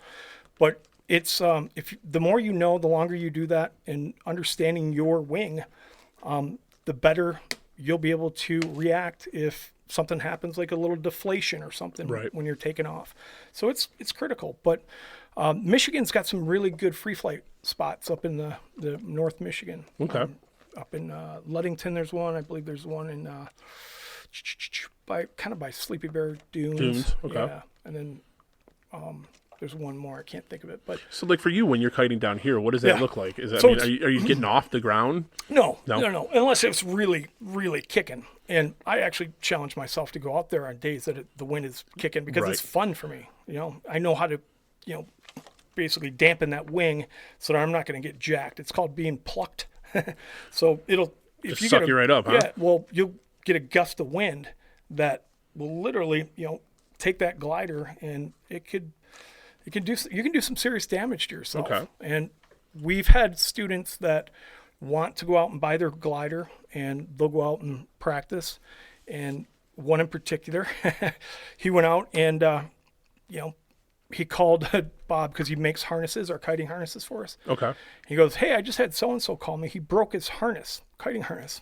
I'm like, "What?" He goes, "Yeah, he was out kiting, and sure enough, it was blowing 15, 20 on this." And, Right. the guy got basically picked up and dragged, and so on and so forth.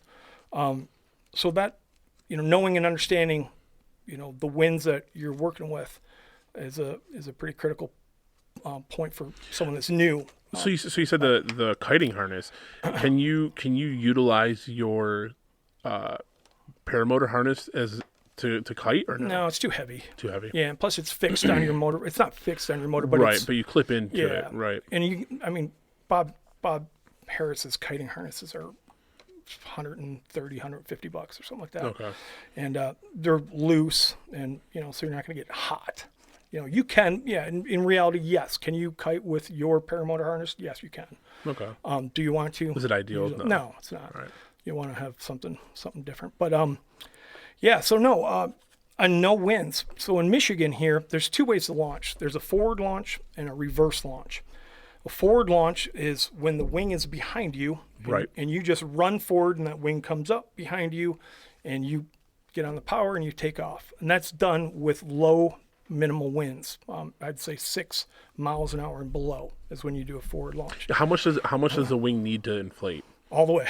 Oh, no, I'm saying like how much wind speed does it need to inflate? Like if it feels like there's no wind, Yeah. will running Yeah. just inflate that thing? Oh, yeah. And keep it inflated? 100%. Okay. Yeah, 100%. Matter of fact, with some of these lightweight fabrics now that are available, 2 or 3 good power steps forward, and that thing's up above you. That's crazy. The key is keeping it there. There, right. Making the right inputs to keep it up there. And that's what the practicing of the kiting is all about. Anything above 6 miles an hour is what we use as far as a reverse launch. Here in Michigan, for newbies, because of the rotor effect and the trees and the forage and everything we've got around here, we do not recommend students to be flying in more than 10 miles an hour with the wind. Just because there's a lot of turbulence, right? And there's a lot of rotor and things that they don't know. So, and flying at the right place. Now, you go out to the beach, say out to Ludington or something like that, or Holland, and you're on the beach. I mean, you can fly 15 miles an hour. You can fly all day. So, just depends. Yeah, just basically. So, how's the reverse launch work then? So the reverse launch, good question. So you are now facing the glider. So your hands are crossed. So this is when they have their hands. I've seen that, and then you kind of do the turnaround move. Yep. So by being able to see the wing as you're pulling it up, the wing's going to come up quicker because of the higher winds. That relative winds filling in the cells. So is this the wind at your back? Yes. So the wind's blowing. Exactly. Okay. Yep. So what you're doing is you bring it up, and now it's up and above you, and as soon as it stabilizes, you just make that turn. The turn and uncross your arms. Exactly right. Gotcha. And then move forward. And well. is that an easier method of launching? You know what? That's a really good question because it's based on the students, and I find some students just see that. Like people that fly RC planes, they fly backwards. They're looking at the plane's coming towards them. I can't do it. Everything's in reverse for them. So I got into drone racing. Yeah. And I can't just look at the drone and fly it. I have to be in its perspective to fly. Right. Yeah. It's but tough. There's a time, and I was not a good reverse kiter. I just mentally, I wasn't, clicking as well. But there'll be a time, and it's funny watching students' faces as that change happens of when they get it. And it's pretty quick, and it won't ever leave them. They'll be struggling. We're making different suggestions. All right, try this. Just go ahead and feel it right and left because basically you're pulling everything becomes in reverse now for you. Right. Your right's your left tip. When you got your arms crossed. Yeah, exactly. Yeah. So there's a really fun part of instructing when they actually get it and they're like, oh, okay. And as soon as that that awareness comes, they're good to go. And then they love it. Reverses are awesome. But the thing is, in Michigan, we just don't get a whole lot of chances or times to fly reverse launches just because, quite frankly, it's dangerous flying. Right. If it's when the winds are that much. Yeah, winds. So I think, maybe I've got 96% of my launches are forward launches. Okay. 96.23. So do you fly close to home when because you're trying to get in the air as much as possible? Obviously, you're not going to drive out to the airfield all the time. Well, actually, now, yeah. Good question. How has this whole thing affected your relationship? Oh man, Carrie, did you call him? Jesus. We've known each other for a long, long time. 18 and 19 years old, and we understand our passions, and we support each other with those. But there's times that it's very inconvenient for when both you break of us. your back, I feel like it's hard as a spouse to still support that passion. Yeah. There's a lot of I tread the water very lightly. And plus actually being away now for, like as I mentioned before, as far as the school, you're gone for 9-10 days, and I come back and garbage has to go out, the mail has to be picked up, the bills have to be paid. How many classes do you do usually a year? And most of your classes are only during the summer, right? Yeah, we start up in late April. Okay. And then we finish up. Our last class is the end of September, so within that time frame, we fill basically 8, 9, 10 classes. Okay. Based on demand. All right. So we don't fill. We have 6 slots for each class. Okay. So there's 3 instructors and 6 students. Just a good ratio. Right. They get a lot of attention, and so it works out very well. So it's pretty minimum. I mean, our season goes quick, and so typically we'll have a class, and then that class will finish up, and we'll go back to our respective homes, and typically have a full week off, unless there's a fly-in that we want to attend. And so we'll go to a fly-in on a weekend, and fly-ins for Powered Paragliding typically are 4-day events. They'll start on Thursday, finish up on a Sunday. So we attend those just for. Now, is that where it's just like, hey guys, we're all just gonna fly into this area? Like literally, is it you fly in? Or no, they're scheduled events. Like you camp there, camp right there on the field. I mean, these things are. There's several of them out there in the country right now that you'll have 200-300 pilots that'll come there, and so most people just drive in and bring a trailer with them. Yeah, I don't really. That's the beauty about this sport, is there's such a camaraderie between the PPG pilots that we love being around each other and sharing our passion together and flying with each other.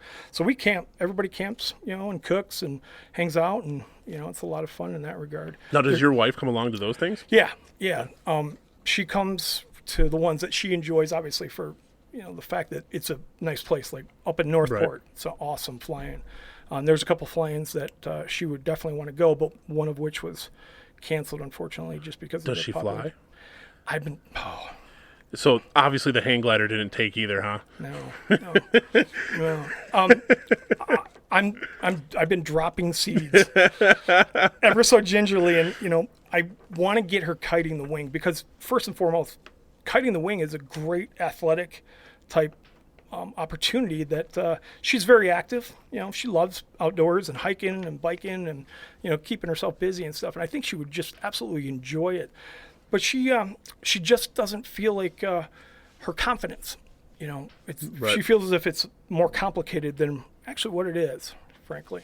And so, but I don't want to push her. Right. I want this to be her decision to do it. I mean, the last thing I'm going to do is try to push her into a situation. Well, I mean, I can see, especially with something like that, where you're in the air and things can go wrong, not being in that right mental state. Yep. I wish this sport, unfortunately, it's got to be a 90% men, 10% women. Now that's changing because the gear's getting lighter and the equipment's getting better, and more women are just finally starting to get into it. So now more women are becoming interested in it. And the guys that, like I said, you get bit by it, I mean, it becomes your passion. Right. And to have your spouse be able to enjoy that with you. Right. Yeah. Man, nothing better, so. Where do you see the sport going? And what do you think about the electric motors? Yeah, so I've seen a couple of those now too. So electrics, simple thing with electrics, they got to figure out the battery, weight as well as duration. Right now, I think they're up to about 30 minutes of flight time with it, and the trade-off's not worth it yet. Not enough, yeah. But it's coming. It's definitely coming. Right now, we're an unregulated sport. We have guidelines that we follow through what's called FAR 103, and the FAA basically has given us the ability to self-regulate ourselves. Right. Isn't it? I mean, there's besides the airspace, there's obviously regulated airspace that you're not supposed to fly in. Yeah, absolutely. The basic rules as far as we talked about, flying through the clouds and stuff like that. Yeah. And then isn't the main regulation is just you're not supposed to fly over populated areas? Right. Yeah. Nice. You have been doing your research. Let's get you going, man. I love it. You basically nailed it. There's when you look at the FAR book, I mean, it's about that thick, and our regulations are one page, and they're simple. Right. But the growth of this sport and the, I guess, I don't want to say disrespect, but the lack of knowledge from pilots is what's going to create regulation. Because it's going to just bring it more and more to the forefront, to the attention. Well, right. Somebody's going to get hit. Right. They're going to be flying up in an area where a Cessna or let's just call it or they shouldn't commercial jet comes. Yeah, commercial jet comes by at 600 miles an hour and just clocks them, and then the FAA gets involved. FAA could care less if we kill ourselves, but anytime we're going to put any other person in danger, we'll be getting hit pretty hard. But it's unfortunate that a lot of people just haven't taken in the understanding of don't fly over congested area. Right. Don't be buzzing over neighborhoods. Yeah. don't be doing stupid stuff that is Right. going to gather the attention of regulators that could change this. And more importantly, don't post it on a social media public site. There is, I mean, and that's one of the things with social media that's, it gives an outlet for people to just want to share everything. It was funny. That was something, I can't remember where I saw it, but it was like, if you're a paramotor or a powered paraglider and you don't have a GoPro, and you don't have a GoPro and a YouTube account, what are you doing? Like, because it's like so common for everyone just wants to document. And I get that because like, man, some of the views and stuff, like who doesn't want to share that? Right. But I agree. Like people are really stupid with the stuff, not even just powered paragliding, like period. Yeah. People are stupid with some of the stuff that they post, but just because it's like you're incriminating yourself, you're bringing unwanted or unneeded or Absolutely right. just attention that, just will kill the sport. Right. And you know what? In some regards, there's times that I think that regulation might be a good thing. And For sure. there's some benefits to that. And then there's times that I like the ability to make those decisions. Right. And I think that helps when you find out that this sport doesn't require a license. You know what I mean? Like the barrier to entry is purely just Your decision. Acquiring the equipment. Your choice and means. Right. That's it. Like that's the only barrier. It's not like you don't have to go take a class. Nope. You should, but you don't have to. I think that's where the appeal comes from, right? Like to be like one of the cheapest ways of getting into the air, and then there's no regulation besides a few little rules to make sure that you're mindful of. Like that freedom, I think, is what makes it attractive. And it would suck to a degree, right, to have that kind of taken away because of a few people making bad decisions. Yeah. And but it's going to happen. Unfortunately, it's usually the few that spoil it for the rest, right? It's I guess, I don't know, best thing to see. We've trained a lot of pilots, commercial pilots, and they love this. Because it's what this flight represents to them is what they had fell in love with about flying. And now it's become commercial airlines are pushing a button and it's really you're just making sure the machine's doing it. They're not flying, right? This kind of flying it's a whole different element and game, and it's just, I mean, it's so, I guess, I don't know, it's my church, it's my religion, it's my passion, and people are finding out about it. But I just can't understand how somebody could throw themselves into the air not knowing what they should be, right? Knowing. But like you said, I think part of that is because of the social media making it look like it's easy, right? Making it look like it's just too easy. Right. But you can die, right? You can die from this, very easily. Well, that's my son. He's like, Dad, if you actually got that stuff, I would sabotage it. And I was like, oh, so you can kill me? He's like, no, so you can't even get up in the air. I'm not even going to let you go up in the air. I'm just going to sabotage it. And I was like, why? He's like, because you could die. I was like, Dylan, I could die driving to work. Right. I could die because I ate too much of a certain food and it clogged my arteries and gave me a heart. Like, you can die from so many different ways. So I'm just going to not do something that looks really fucking fun. Yeah. Just because you're going to die in the sport based on your decision and the way that you understand the safety and from what I've read, the two most common ways are water or people flying dangerously or above their skill level. Like especially with the people like trying to fly. It was fun. I think one of the articles was like one of the most deaths is flying close to the ground, and the record's been set by like a handful of people, and all those people are dead because they were. You're to set those records of how close you can fly to the ground. I mean, you're taking a chance of something going wrong, being that close to the ground, and usually it's at decent speed because those are the people that have been with a lot of experience, and they're looking for that thrill. I'm not looking for that thrill. I just want to go fucking cruise, see some beautiful sights. Like that's what I'm looking for. I'm not looking to go fly dangerously. But for some people, that's what they do. Like you can watch those videos all day long.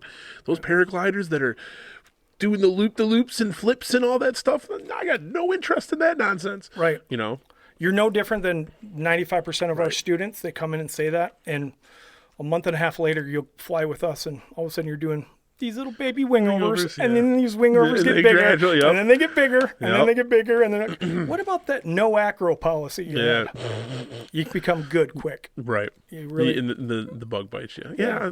Yeah. For me, I'm looking to just yep. the smooth. I'm too old now to start doing all the crazy nonsense. Right. But you're right. Low acro is the dumbest thing you could probably be doing. It's just understanding, what the Right. consequence. It's a risk reward, just like any Right. other sport. Well, and that's out there. like when I was looking at wingsuit.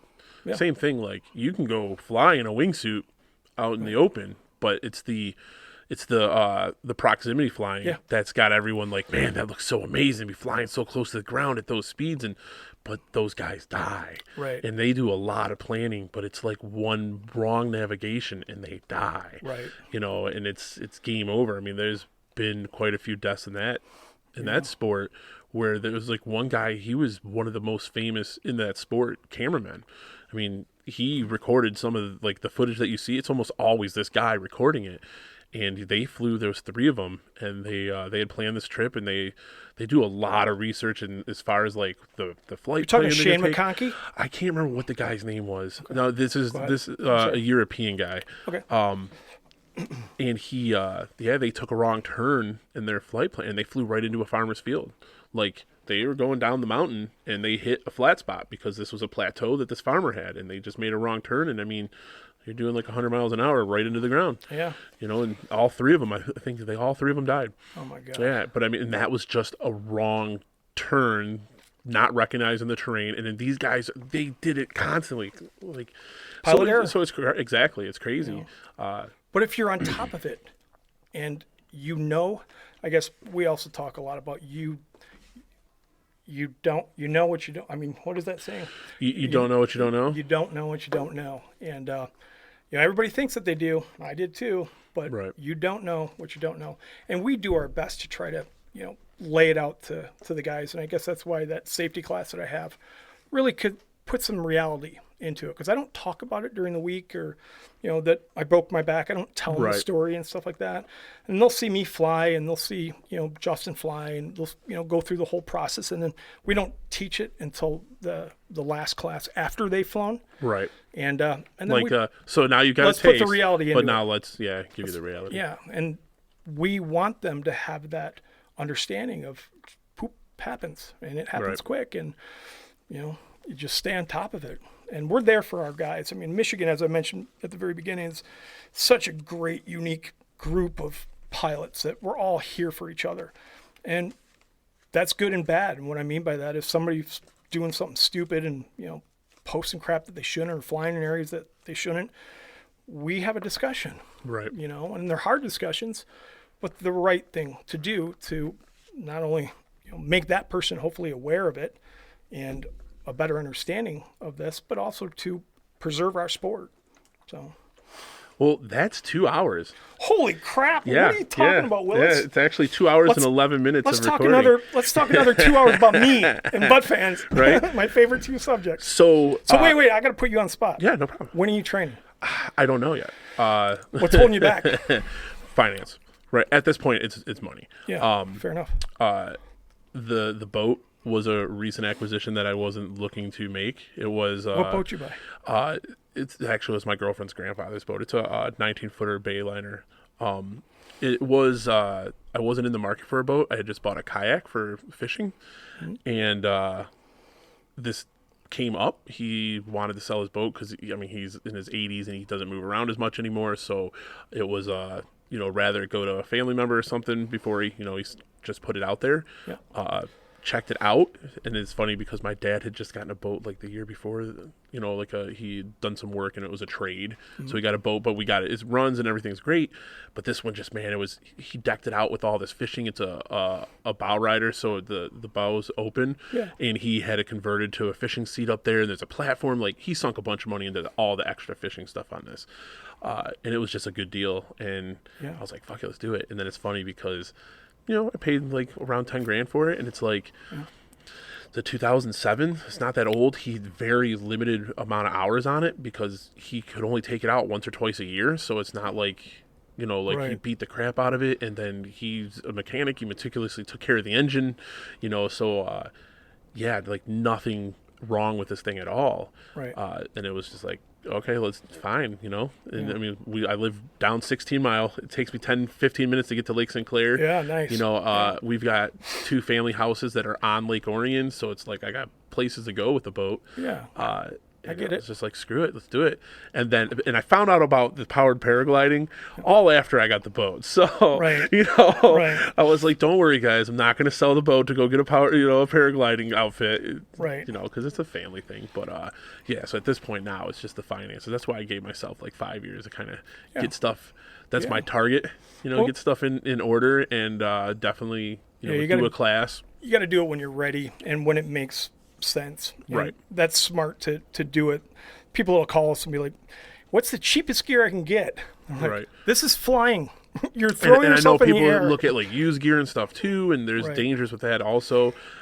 You know, and I got 2 kids. I got a 15-year-old and a 10-year-old. Yeah. And so, you know, just wait until the time is right and just stack up that money. I mean, you know, put aside my Hey, I get it. powered paragliding. So, Yeah. so I tell them, like, quit getting mad at me because it's not happening yet. Right. So, Well, they do finance now. oh, I'm sure they do. $200 a month. I'm sure they do. You're gonna have state of the art gear.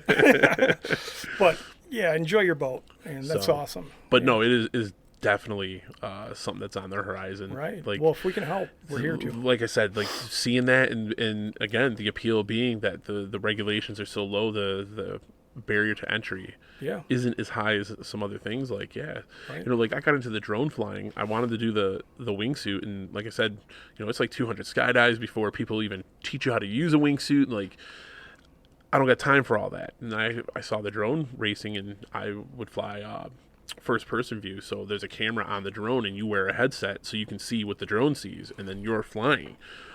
So I got into that, and that's like, I mean, it makes your stomach drop. Yeah. And it's cool because you can fly. I'm just not as good as these kids in I know. in the professional Oh God, yeah. aspect, you know. Like I would race and stuff for fun, but I mean, I only completed a few races because you crash, you're out for the race, and then you got to fix whatever you did to it if you did broke anything, you know. Right. And then now with the show, with having the boat, I find less and less time to Yeah. fly. Yeah. So now I'm thinking about selling that, and my son's into RC car racing. We were just doing that yesterday up in Utica, Michigan. There's a big Larry's RC big Yeah. shop. They got an indoor track, a couple indoor tracks, and they do races every Sunday and Tuesday. So he wants to get into racing that. So I was thinking about selling my drone stuff and then just getting one of those so I can race with him. Yeah. You know, for sure. do stuff with him. But yeah, the whole family's pretty much against this. They all think I'm crazy, and I said, "Fuck it." You know what? I didn't tell my You family. live once, you know. You live once, and it the ability to be able to fly, Yeah. and just seems amazing, and just to be up there. Yeah. Yeah, it's really appealing. And like you said, though, people fall in love with that idea. They get a taste of it, and it might not be really what they want to do. Yeah.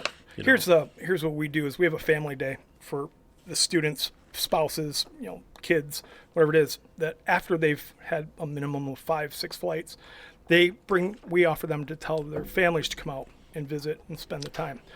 And it makes a huge difference for their understanding of this sport, just because they can see it. They can see what it Yeah. takes to do this. They're up front, literally right there Right. on the front That's lines different with than it. just watching a video. But Totally. And the understanding of the safety aspect of it changes for them and makes them more comfortable, and they get it. So I'll offer that to you as well, or really anybody, yeah. any one of your listeners or So, that and wanna that's come what out. I was going to say. What's the best way Yeah. to get a hold of you if anyone's interested in Yeah. getting into paramotoring? What's your website? Yeah, so Fly Mi PPG. So the Facebook page, like I said, everybody lives And that's on my Facebook. as an MI for Michigan. Yeah. So Fly, FLYMI, PPG.com, and that domain will direct you right to our Facebook page. Okay. We're located in Lansing. Also, I could be reached at 248-520-8889, and or if they want to email me, Gmail or flymippg@gmail.com. Okay. So we're available. We're here to answer questions and to actually we offer tandem instructional flights So as well. and that's, I mean, if you want to get a taste of what it's like Yeah. without Yep. If you don't know and you're not sure about it and you don't know how you're going to react, but you're interested. And you can do that without committing to a training, right? No, it's or is that part of the training? No, it's actually it's something that we offer that for people that are just interested. It's a setup thing. I mean, there's a lot of factors that have to go into it, weather, right, and guidelines and stuff like that. It's I think we are charging $150, and it's a educational flight. So we teach them about powered paragliding. We go through the gear, the wings, the motors. We kind of give them a real hands-on approach. Then we take them up for a flight, and we give them the controls. So we let them fly a little bit so they can get an understanding of what it's all about and bring them down and land and kind of go from there. How hard is that tandem to like get up in the air? Not hard at all. Not hard at all. Now, foot launch, my partner Justin, he does foot launch tandems, and that can be. Is it so? Or what you were referring to, was that like a trike type? Yeah, 2-seater trike. And what's the weight limit on that for a tandem flight? It depends on the all right, the wings. 310. Yeah, we got you. Okay. Actually, I do. Well, it's close. If Justin takes you. Okay. Justin's got to get the lighter guy. Justin's in 180. He could probably take you. Yeah, I think you and I together would be more of a go-kart than flying. So. See, I told you it'd be funny. We'd be laughing. I know. Finally, Jesus, all this serious crap. Well, thanks again, Mike. I appreciate you coming out and talking about your passion, and it's something that.